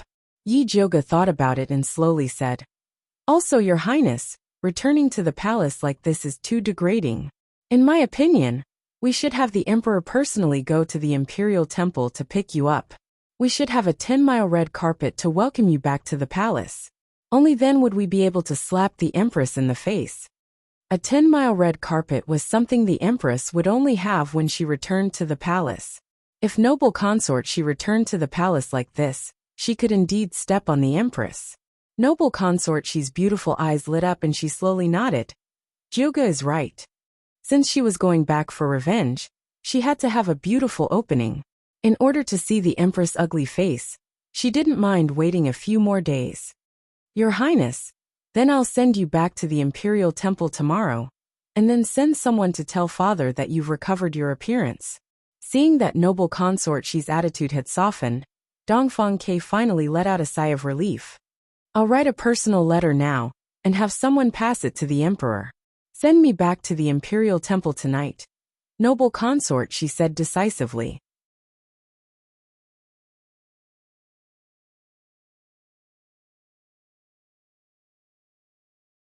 Chapter 117. All right. Dongfang Ke nodded. As long as noble consort she didn't immediately return to the palace, everything else could be discussed. Your Highness, since we're going back to the Imperial Temple, why don't we let First Miss take your pulse again? Nanny Zhou took the opportunity to say. Sorry for troubling Jioga. Noble consort, she looked at Yi Jioga apologetically. She wasn't purposely tormenting him. It was just that she couldn't suppress the hatred in her heart, and couldn't care less about anything else in her impulsive state. Your Highness is too polite. Yi Jioga accompanied noble consort Shi back to the inner chamber, and began to feel her pulse. Noble consort Shi's pulse was weak, and her internal organs had not been adjusted yet. She still needed to rest quietly. Her ladyship didn't sleep well last night, Nanny Zhou said in a low voice. Last night, noble consort Shi woke up in the middle of the night. As she cried, she recalled the symptoms of pregnancy at that time and scolded herself for being careless. After crying, she began to dress up and said that she wanted to return to the palace. It could be said that she did not sleep for the whole night. Your Highness, don't worry and take care of yourself. Yi Jioga looked at noble consort Shi and said, if he continued like this, his body wouldn't be able to take it. Jioga, don't listen to Nanny Zhou's nonsense. I know my body. There's nothing wrong with it. Noble consort, she stopped. She had endured so much suffering in the past, so a night without sleep was nothing to her. No matter what, I need to recuperate first. Yi Jioga knew that it was impossible for noble consort Shi to rest quietly. She picked up the pen and wrote a prescription for noble consort Shi to rest, and then said seriously, Your Highness, don't blame me for speaking harshly. Food and sex are human nature. When you go back to the palace, you have to rely on this face to win over the emperor. If you don't sleep well at night, you will easily become old and ugly. Hearing this, imperial consort, she couldn't help but touch her face. She immediately nodded and said, I know, I'll definitely take good care of myself. She was still waiting to meet the empress and see her regretful face. Don't worry, Miss Yi. I will make sure her ladyship takes it on time. Nanny Zhou took the prescription and decided to make it for her ladyship as soon as she returned to the Imperial Temple tonight. Noble consort, she still had to rush back to the Imperial Temple, so Yi Jioga didn't say anything else and quickly took his leave. She left the courtyard and seeing that Dongfang Ke was still waiting outside, she gave him a look. Dongfang Ke tactfully brought her to the study and asked, How does eldest Miss Yi plan to help the Empress test for poison? If it's not too troublesome, can you help me get one as well? In reality, Dongfang Ke was very wary of the Empress' strange poisons that did not have strong layers. If there was a way to prevent it, it would be for the best. I need to go back and think about it. Yi Jioga had only thought of it perfunctorily to appease noble consort Shi. He still didn't know what to do. She had never come into contact with refining weapons before, so she had to ask Zishang when she returned. Eldest Miss, if there's anything you need, please let me know. Dongfang Ke said sincerely. Yi Jioga saved noble consort Shi, so he really wanted to pay Yi Jioga's consultation fee. But giving him silver was too tacky, and giving him other things was worrying that Yi Jioga wouldn't like it. I really need a spirit fruit called the Sacred Origin Fruit right now. I wonder if your highness can help me get it. Yi Jioga wanted that Sacred Origin Fruit for Zishang. Miss Yi, please wait a moment. I'll check if there are any in the storeroom. Dongfang Ke called old He over. After carefully checking the storeroom's booklet, there really was the Sacred Origin Fruit that Yi Jioga wanted. Many thanks. Yi Jioga received the Sacred Origin Fruit and returned to Purple Forest Park. Then, he started to call Zishang. After Zishang appeared, he circled around Yi Jioga as usual. He rested his chin on her head and asked lazily, "What's the matter?" Yi Jioga was already numb from being hugged by him. She didn't move and asked, "Do you have a way to make a spirit tool for noble consort Shi to identify the Empress poison? What are the benefits?" Zishang asked. "Don't ask for benefits so easily. Talking about money hurts feelings. Do you understand?" Yi Jioga rolled her eyes. This sovereign only knows how to talk about feelings hurts money. Zishang bit Yi Jioga's small face. The little girl was still too naive to think of using psychological methods on him. "Benefits, take it." Yi Jioga wiped her face in disgust and took out a box of sacred origin fruit. This sacred origin fruit was obtained by Dongfang Ke and the Bai clan from the demonic beast battlefield. He didn't know what use it had, so he kept it in the storeroom. Zishang lowered his head and saw that there were a total of 5 thumb-sized sacred origin fruits in the wooden box in Yi Jioga's hands. Although they weren't as old as the fat black mouses, they were still rare. However, the rarest thing was Yi Jioga's sincerity. She had only eaten it once, but she remembered that it was good for him. Yi Jioga saw that Zishang didn't make a move and thought that he didn't need the sacred origin fruit anymore. She was a little disappointed and asked, "Other than the sacred origin fruit, is there anything else that can recover your demonic power? Tell me, I'll help you look for it in the future." Instead of giving her body to Zishang every time, Yi Jioga would rather work hard to help Zishang collect the things he needed. "No need, this sacred origin fruit is enough." Zishang picked up the few sacred origin fruits and placed them in his mouth. The things he needed were things that Yi Jioga couldn't get with her current strength. It was already good enough that she could get a few fruits to nourish him. Then how can I refine the spirit tool that can detect poison?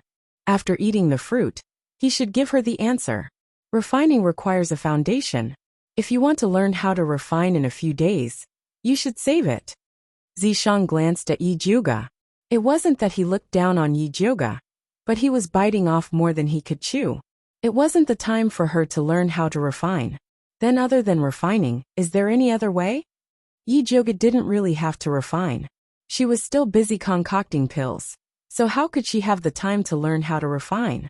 This sovereign has a way to let your imperial consort She quickly learn how to identify poison.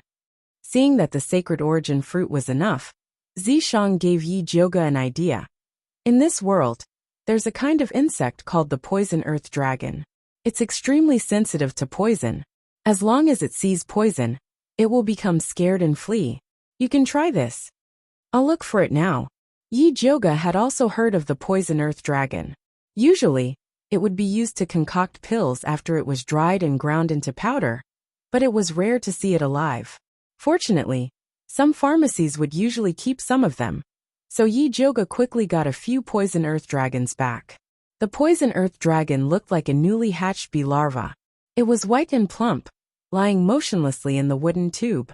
Yi Jioga poured the poison earth dragon on the table, then casually took out a leprosy grass and placed it in front of it to test. This leprosy grass grew like a wheat stalk. Although it wasn't very poisonous, it was colorless and tasteless. After eating it, it would cause the limbs to be numb. It was also a commonly used herb to concoct poison pills. The poison earth dragon raised its head and looked at the leprosy grass. Then it slowly wriggled on the spot and no longer had any reaction. Yi Jioga was instantly speechless. If he wanted to rely on this thing to identify poison, he was afraid that he would need someone to keep a close eye on it at all times. Wasn't this a joke? This is what you meant by, as long as it sees poison, it will become scared and flee. Yi Jioga threw the leprosy grass on the table. He felt that Zishang might have misunderstood the word flee.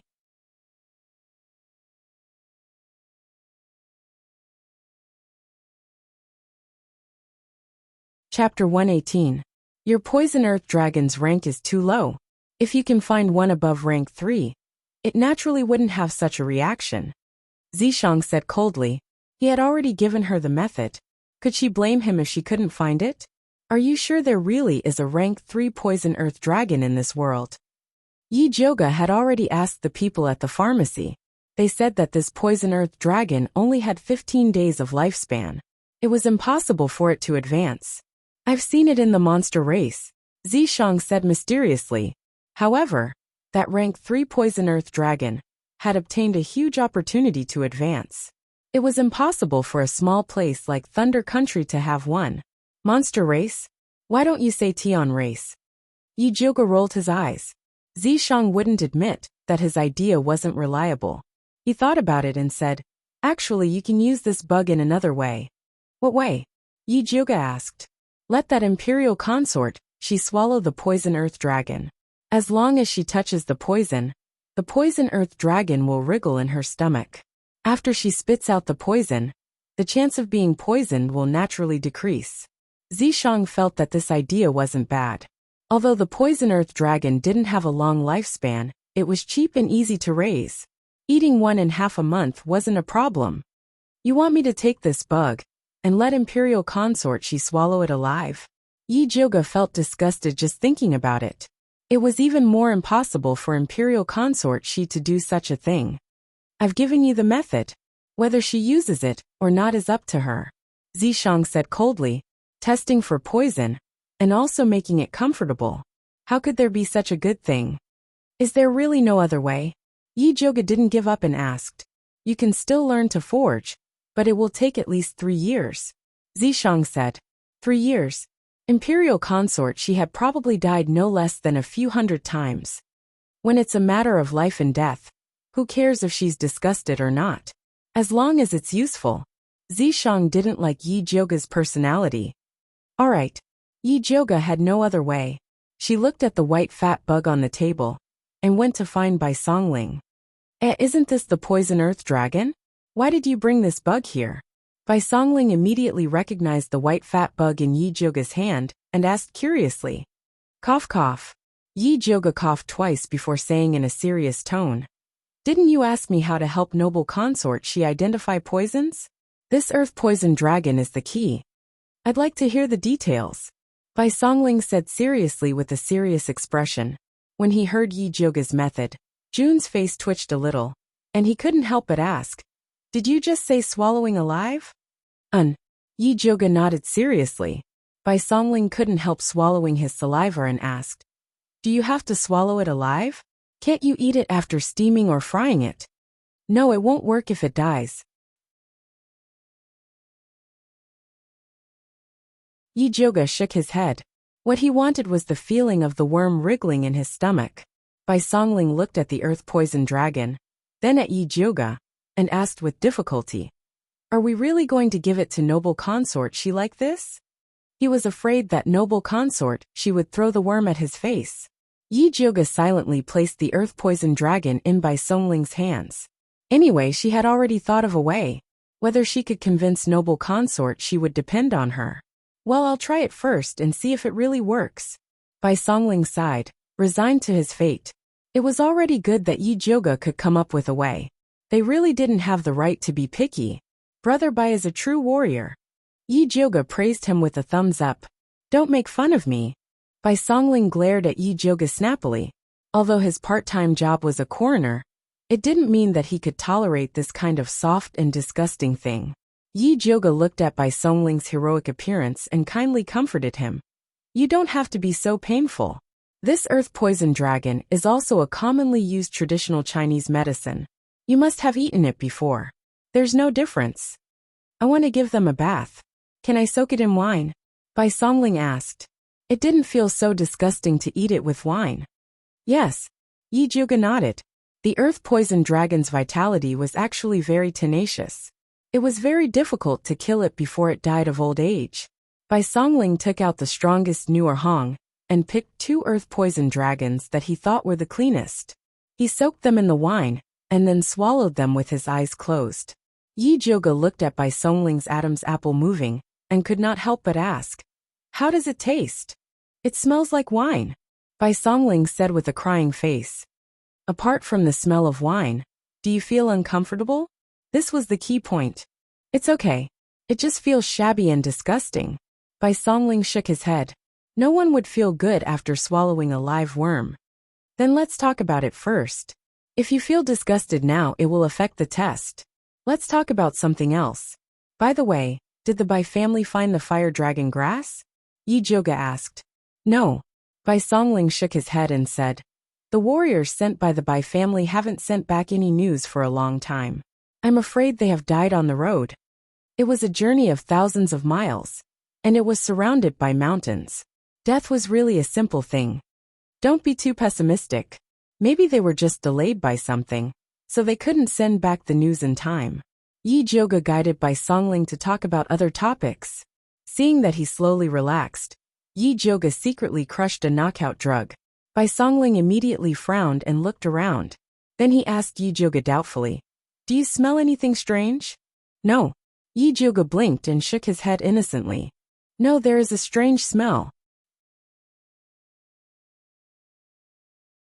Bai Songling covered his mouth and nose, looked at Yi Joga's finger with sharp eyes and shouted, did you poison it? I just crushed a knockout drug. How can you smell it? Yi Joga could not help but raise his eyebrows. She thought that Bai Songling would only notice it when the drug took effect.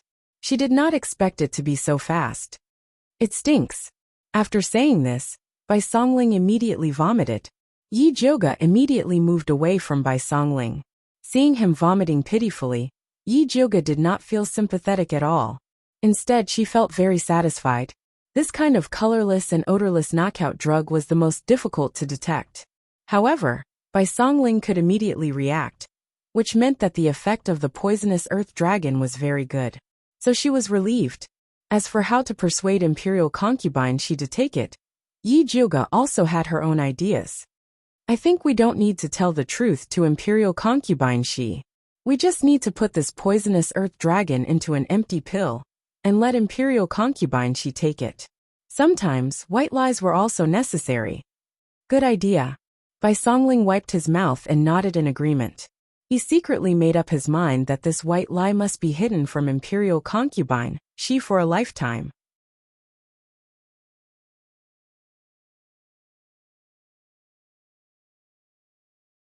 Chapter 119. Since we're going to use this poison earth dragon as a detoxification pill, then we need to cultivate a batch of good insect seedlings. Yi Joga predicted that he would need a lot of poison earth dragons in the future. If he always went to the pharmacy to buy them, it was hard to guarantee that no one would leak it. Our Dongling Wangfu's pharmacy has a shed specifically for raising poison earth dragons. When the time comes, just have them keep a batch of good ones. It's not something valuable anyway. Bai Songling said, ordinary poison earth dragons have a short lifespan. I want to choose a batch of good eggs to cultivate myself. Yi Joga wanted to cultivate poison earth dragons with a longer lifespan and greater use. No problem. I'll take you to choose now. Yi Joga wanting to improve the poison earth dragons was simply a good thing for Bai Songling. The Dongling Wangfu had a large herbal farm on the outskirts. In addition to cultivating poison earth dragons, they also grew many precious medicinal herbs. The head of the farm was surnamed Chun. Seeing that Bai Songling had brought the young miss of the Yi family over to choose some good poison earth dragons as medicinal herbs, he personally took them to the shed. The shed was filled with huge dustpans filled with white and fat poison earth dragons. 4 or 5 servants were constantly distributing poison wind leaves for them to eat. These poison wind leaves were the main food of the poison earth dragons. They had a gray surface and carried a bit of poison. After the poison earth dragons ate, they would spit out green saliva. This was the antidote for the poison wind leaves, and also the medicinal herbs purchased by the pharmacy. Bai Songling looked at the densely packed white and fat insects, and immediately felt his scalp go numb. He asked the head of the farm, is there anyone here who has studied poison earth dragons? Let them choose a batch first. Everyone had their own specialties. Letting them choose a batch first was better than Yi Joga searching through so many insects himself. Yes. The head of the farm immediately nodded and shouted towards the shed. Little Mute, come here. Hearing the head of the farm, a skinny boy wearing dark blue clothes walked out from the corner of the shed. He was about 11 years old, and had a pair of large black eyes on his skinny face. He looked especially horrifying, like a puppet. Yi Joga looked at this little boy, and inexplicably felt that something was wrong. He asked, who is this? This is an adopted son adopted by a distant relative of mine. He doesn't have a name, so we all call him Little Mute. Although he can't speak, he's especially good at taking care of medicinal insects. It's also partly because of him that these poisonous earth dragons can be raised so well. Manager Chen was afraid that Bai Songling would accuse him of abusing his power to take care of his relative, so he quickly explained. All right, let him pick some good worms for me, Bai Songling said indifferently. He was so young and mute. Even if he didn't have any skills, the village could still afford to raise him. After listening to Bai Songling's words, Little Mute took a dustpan and began to select the poisonous earth dragons. Soon, he had picked more than 100 of them and filled the dustpan. Enough, Yijioga said. She had already opened her spiritual eye to check. The poison earth dragons that Little Mute had picked up were filled with life force. They were indeed the best seedlings. Little Mute glanced at head Chen Zhuangtou. Seeing him nod, he stopped and quietly placed the dustpan in front of everyone. This kid is interesting. Zishang's lazy voice rang in Yijioga's ears. What's interesting? Yijioga asked back. You bring him back first, you'll know in the future. Zishang laughed and didn't say anything else. Yijioga was already used to Zishang's way of speaking.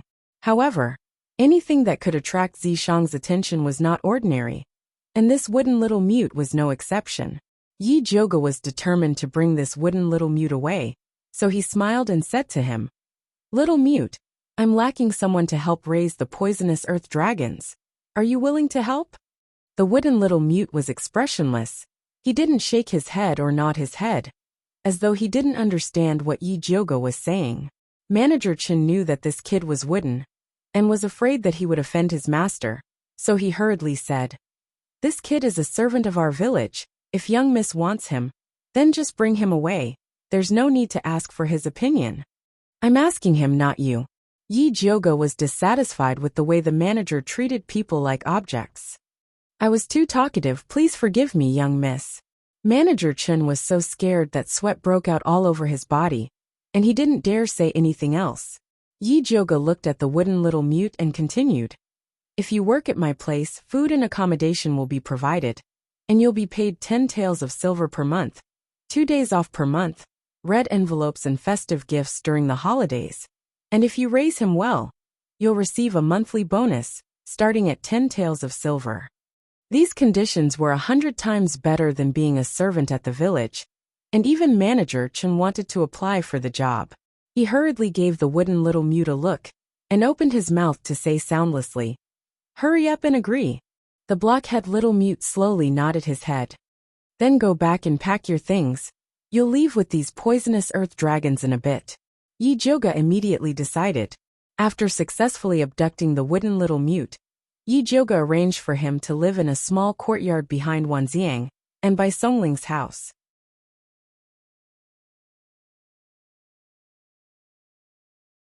This small courtyard was originally a property under the name of the Prince of Dongling residence, and now it had been transferred to Yijioga. Little mute, you'll live here from now on, and someone will come over to take care of your 3 meals a day. You just need to focus on raising these poisonous earth dragons for me, Yijioga said to the wooden little mute. The wooden little mute still looked like a wooden person, and didn't respond at all. Yijioga didn't mind, and continued. I specially called you over to raise poisonous earth dragons that have a longer lifespan and a stronger detoxification effect. So the method of raising them will be a bit different from before. First, these poisonous earth dragons have to be divided into 3 portions, and each portion will be fed with a different ingredient. You have to observe how they compare after they eat it. The ingredients Yijioga prepared were leprosy grass, red butterfly slices, and oleander. They were all poisonous herbs, and their grades were all higher than the poison wind grass. Why go through so much trouble? Zishang spoke again. Don't worry about me, I just like trouble. Although Yijioga knew that Zishang definitely had a better method, he didn't have any benefits to give him, so he could only slowly explore it himself. In any case, there was no rush. This sovereign is in a good mood today, so I'll tell you a method for free. Zishang transmitted his voice. After Yijioga heard this, he immediately asked suspiciously, Will this really work? Whether it works or not, you'll know once you try. Alright, it doesn't cost me to try anyway. Yi Jyoga lowered his head to look at the wooden little mute, and said according to the method Zishang taught him, "If you can help me raise better poisonous earth dragons, I'm willing to exchange a spirit beast pill for it." When the wooden little mute heard Yi Jyoga's words, he immediately raised his head to look at her. An indescribable light flashed in his large black eyes, making his eyes shine like obsidian, and there was an indescribable beauty to it. However, that ray of light quickly disappeared, and it returned to its dark appearance.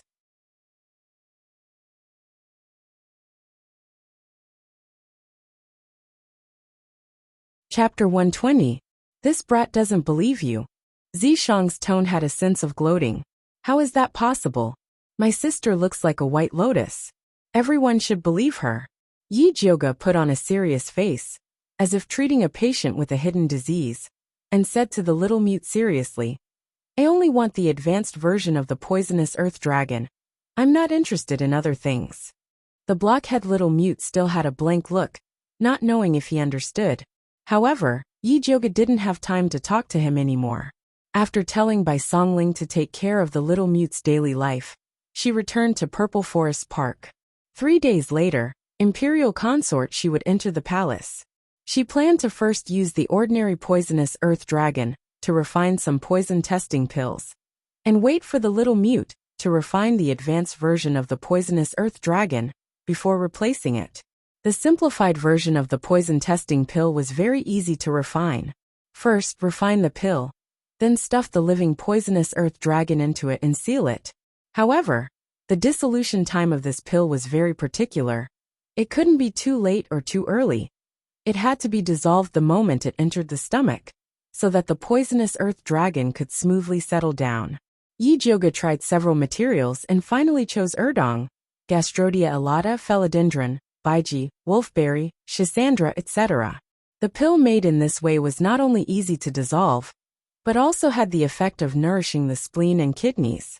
After Yi Jyoga ground these medicinal materials into a fine powder, she mixed it with the walnut oil, then kneaded it into a small honey pill, and finally stuffed the poisonous earth dragon into it and sealed it. Yi Jyoga stopped after making 10 honey pills. It was useless to make more anyway. Zishang saw that Yi Jyoga wanted to sleep, so he appeared and circled her, and teased. "Did you forget something?" "What did I forget?" Why didn't she know? "If you don't refine spirit beast pills, what will you use to exchange for the poisonous earth dragon with that little mute?" Zishang pulled Yi Jyoga's earlobe with both hands, and made a fierce look. "Or do you want to eat and dash? Are you sure he can really make the advanced version of the poisonous earth dragon?" Yi Jyoga let Zishang pull her ear, and continued to put the freshly made honey pill into the bottle. Of course.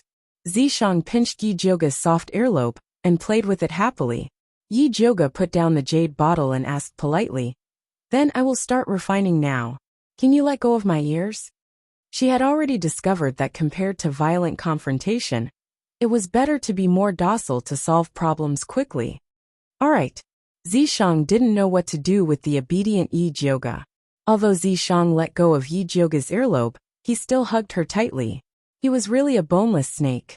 Yi Jyoga was already numb from being hugged by Zishang. Dragging him along, he began to refine pills with much difficulty.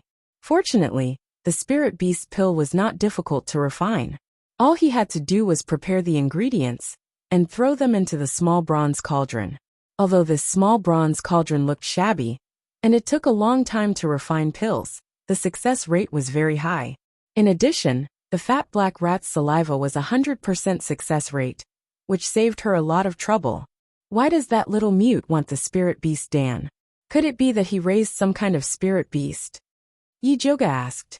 The reason why she didn't kick Zishang, who was wrapped around her body, away was partly because she wanted to get some information out of him. Look at how poor he is. Does he look like he can raise a spirit beast? Zishang rested his chin on Yi Jyoga's head. This position was the most comfortable. Then why does he want the spirit beast Dan? Yi Jyoga couldn't understand. This expensive spirit beast Dan was like imported cat food. Other than cat slaves who would pay tribute to their cat masters, most people wouldn't buy it. Of course it's to eat. Zishang rubbed Yi Jyoga's head. He was so comfortable that his eyes narrowed.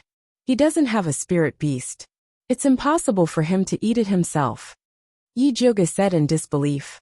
Could it be that the little mute has pica and loves to eat this spirit beast Dan? Guess. Zishang was still hanging, waiting for Yi Joga to state her conditions. If you don't want to say it, then forget it. Yi Joga wasn't going to fall for it. Other than things related to her own life, she wasn't interested in anything else. Little Joga is really not cute. It's getting harder and harder to deceive. Zishang's chin rested on top of Yi Joga's hair bun. Suddenly, he smelled a strange smell. How long has it been since you last washed your hair? Zishang asked. Not that long. At most a month. Yi Joga pretended to be stupid. Ever since she found out that Zishang especially liked to use her head as a pillow, she purposely didn't wash her hair, wanting to suffocate Zishang to death. Wash! Zishang couldn't bear the fact that his royal pillow was so dirty. This is my hair. This lady likes the sour smell. What's wrong with that? Very quickly, Yi Joga knew that going against a tyrant wouldn't end well. What do you mean by taking a bath without saying a word? Yi Joga, who was pulled into the bathtub by Zishang and drenched in cold water, deeply regretted it. At this moment, her entire body was drenched.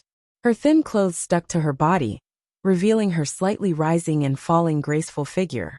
Did you forget that you still owe me 2 kisses? Zishang sized up Yi Joga's figure with satisfaction. It wasn't in vain for him to personally help Yi Joga clear the meridians in her chest. I will return it to you after I change my clothes. Yi Joga wanted to escape. However, Zishang grabbed onto Yi Joga's hands and hugged onto her tightly, causing the two's bodies to become even closer. Let go of me. Yi Joga raised her leg and wanted to kick Zishang, but Zishang's snake tail tightly wrapped around her leg. Be good. Zishang lowered his head and kissed onto Yi Joga's cherry lips, then pushed Yi Joga onto the ground. Zishang's fierce and passionate kiss seemed as if even Yi Joga's soul was about to be sucked away. Yi Joga felt the suffocating pain. Taking the opportunity when Zishang loosened his grip, Yi Joga punched onto Zishang's abdomen. Zishang's muscles were definitely made of stone. They were extraordinarily hard. Naughty! Zishang's palm slid down and heavily rubbed onto Yi Joga's body. Yi Joga felt that her small chest, that had just developed, was about to be squashed flat by Zishang. She struggled to resist, but Zishang forcefully suppressed her. The two rolled around in the small bathtub, and even the clothes rack that was placed at the side was knocked down. Mother Qing just happened to pass by the bathtub. Hearing the sound coming from inside, she couldn't help but ask, "Who's inside?" Hearing Mother Qing's voice, Yi Joga immediately trembled. Both her hands grabbed Zishang's shoulders and pushed him away. Zishang followed her advice and moved his lips to Yi Joga's ear. He bit on her meaty little earlobe, as if he was eating something delicious. That was a very sensitive place for Yi Joga. A strange numbness spread from her abdomen to her limbs. Her whole body was trembling, and her voice had also become soft. "It's me. Miss, why are you inside?" Mother Qing was even more surprised. Wasn't Miss in the alchemy room? When did she come out? Moreover, she even went straight to the bathtub. I suddenly felt an unbearable itch on my head, so I wanted to wash my hair.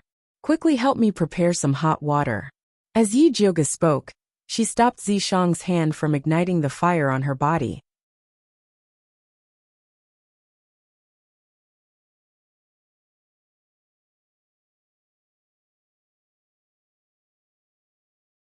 Chapter 121. This old servant will go prepare the hot water. Mother Qing immediately turned around and left. She felt that she was so incompetent that she didn't realize that eldest Miss's head was so itchy. You really can't take it anymore? Zishang whispered into Yi Joga's ear as he moved his evil hand. Zishang, can't you tell me in advance when you're in heat? If Yi Joga knew that Zishang would touch her like this if she didn't wash her hair, she would have shaved her hair.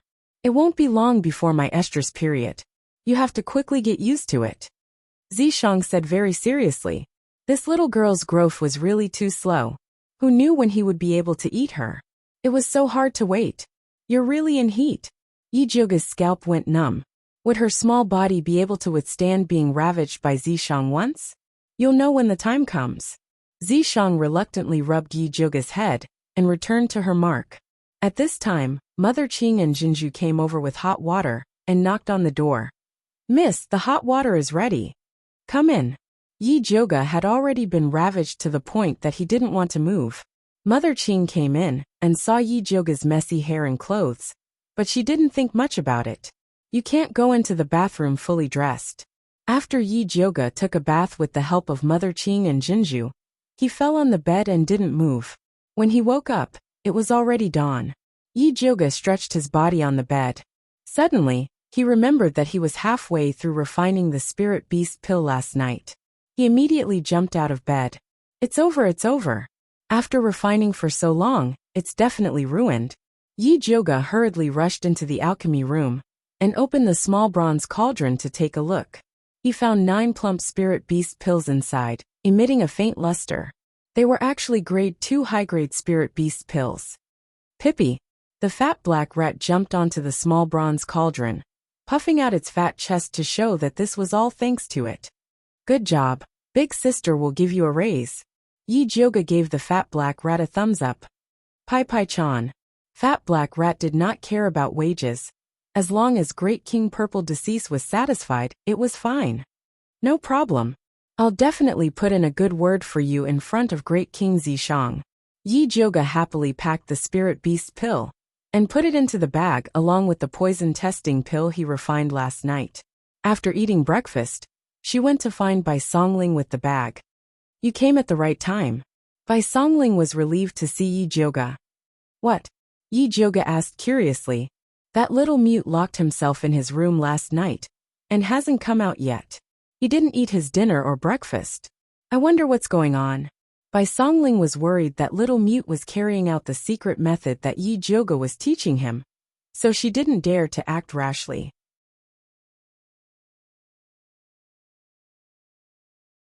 Yi Zhuge couldn't help but raise his eyebrows. Could that little mute really be cultivating an advanced version of the earth poison dragon? Go and have a look when you have time. I have to go to the prince's mansion now, so I won't be able to accompany you. Bai Songling's own matters were quite urgent. Bai said. Bai. Ling Bai Tian. Go. Bai Zit. Yil Bai XT go. Bai Chun. Shao deep inside. It. CCCC. Quiet inside. Yi Zhuge opened it. She found a lot of food. The staple food for breakfast was porridge, steamed buns, side dishes, corn, sweet potatoes, and other coarse grains. There were also 2 fragrant meat pies, which smelled very good. It could be seen that Bai Songling cared a lot about this little mute. Yi Zhuge put the lid on the food. She coughed. What are you doing in there, little mute? The wooden door creaked open. Little mute's snow-white face peeked out from behind the door. His lips were red, and his 2 large black eyes looked even more horrifying. Yi Zhuge didn't know why. Every time she saw little mute, she got goosebumps. She pointed uncomfortably at the food on the table and said, You must be hungry. Let's eat something first.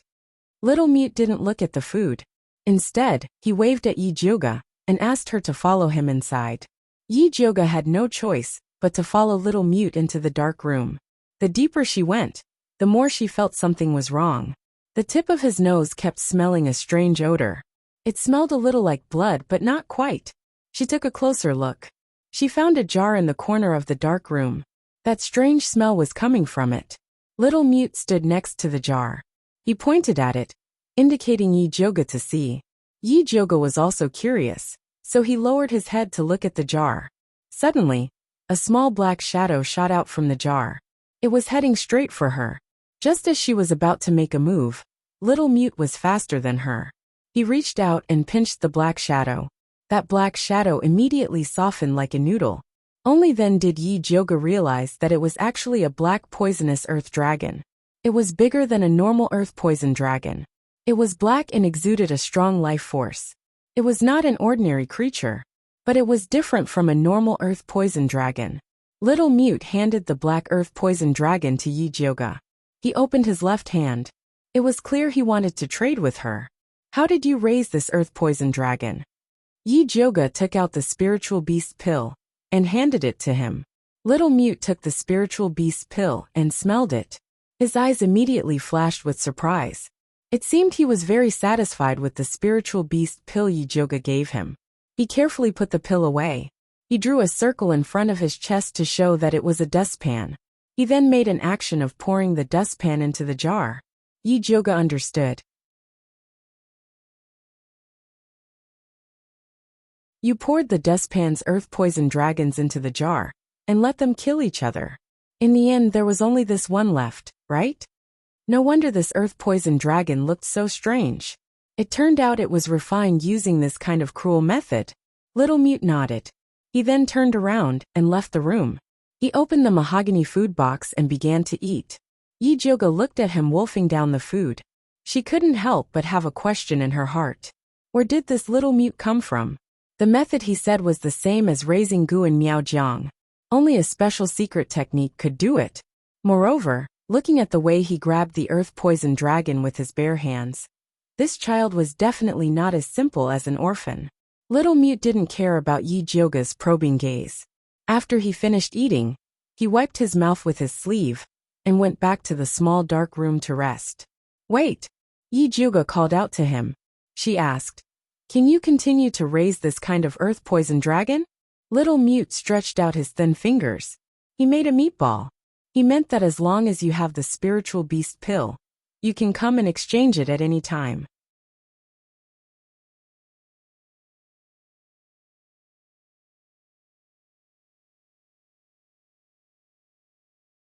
Chapter 122.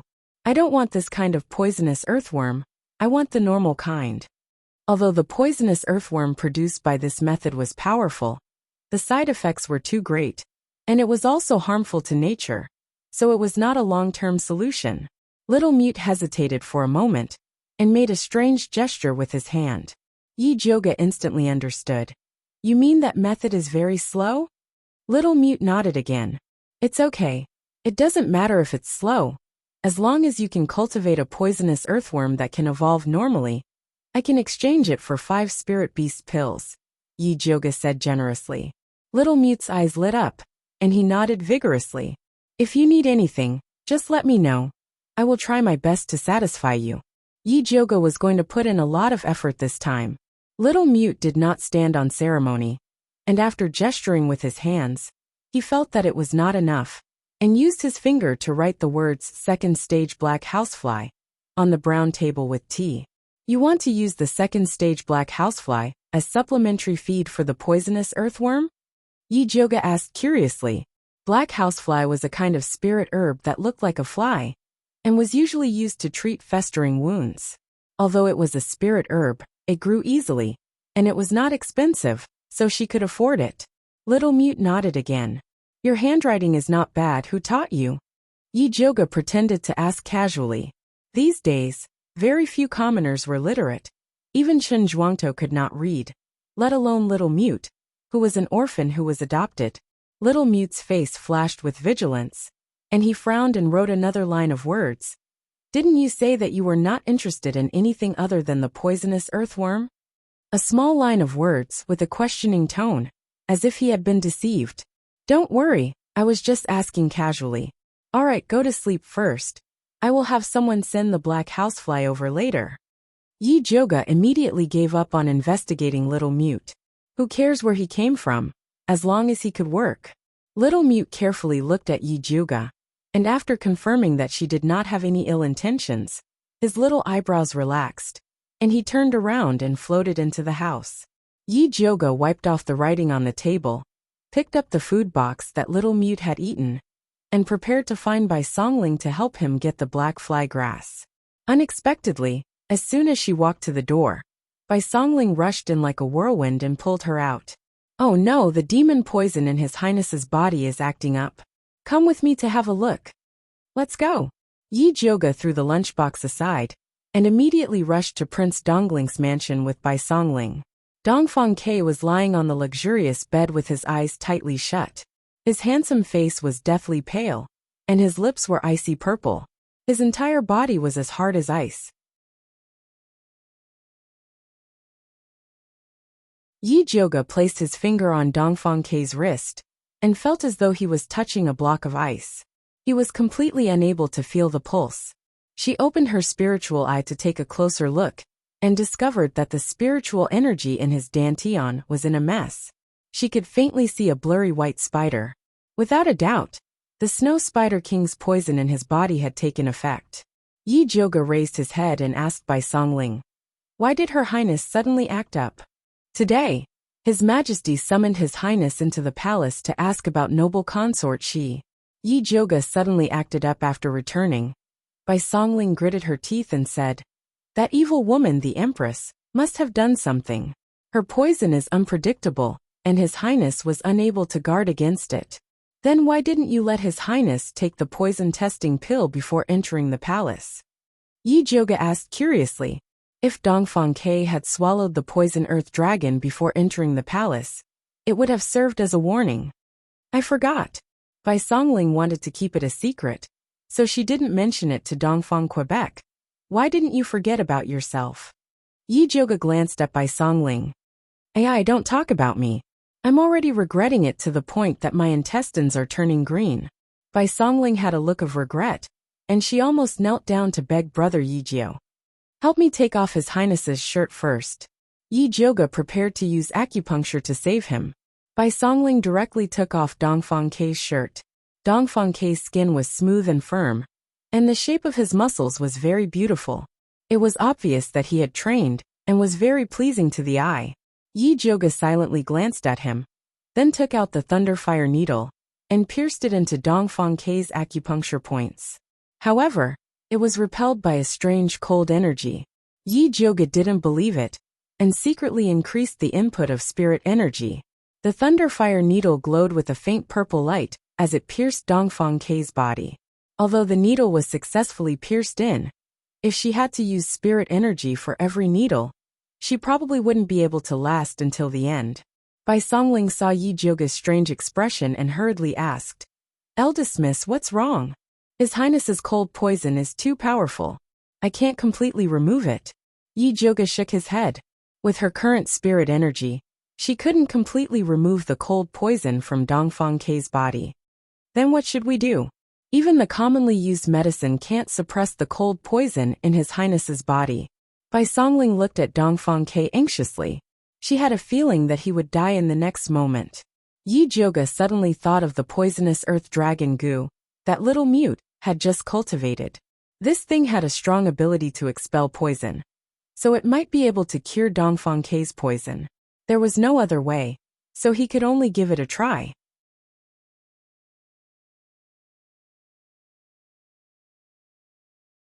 Yi Zhuge took out the jade bottle that contained the poisonous earth dragon goo, and passed it to Bai Songling. "Feed this to His Highness." Bai Songling opened the bottle, and saw the pitch-black poisonous earth dragon goo. His handsome face immediately frowned as though he had eaten a gold thread. If he really fed it to Dongfang Ke, he would definitely be killed by Dongfang Quebec. Forget it. He had no other choice but to save his life. Bai Songling pinched open Dongfang Ke's mouth, and did not hesitate to feed the poisonous earth dragon goo.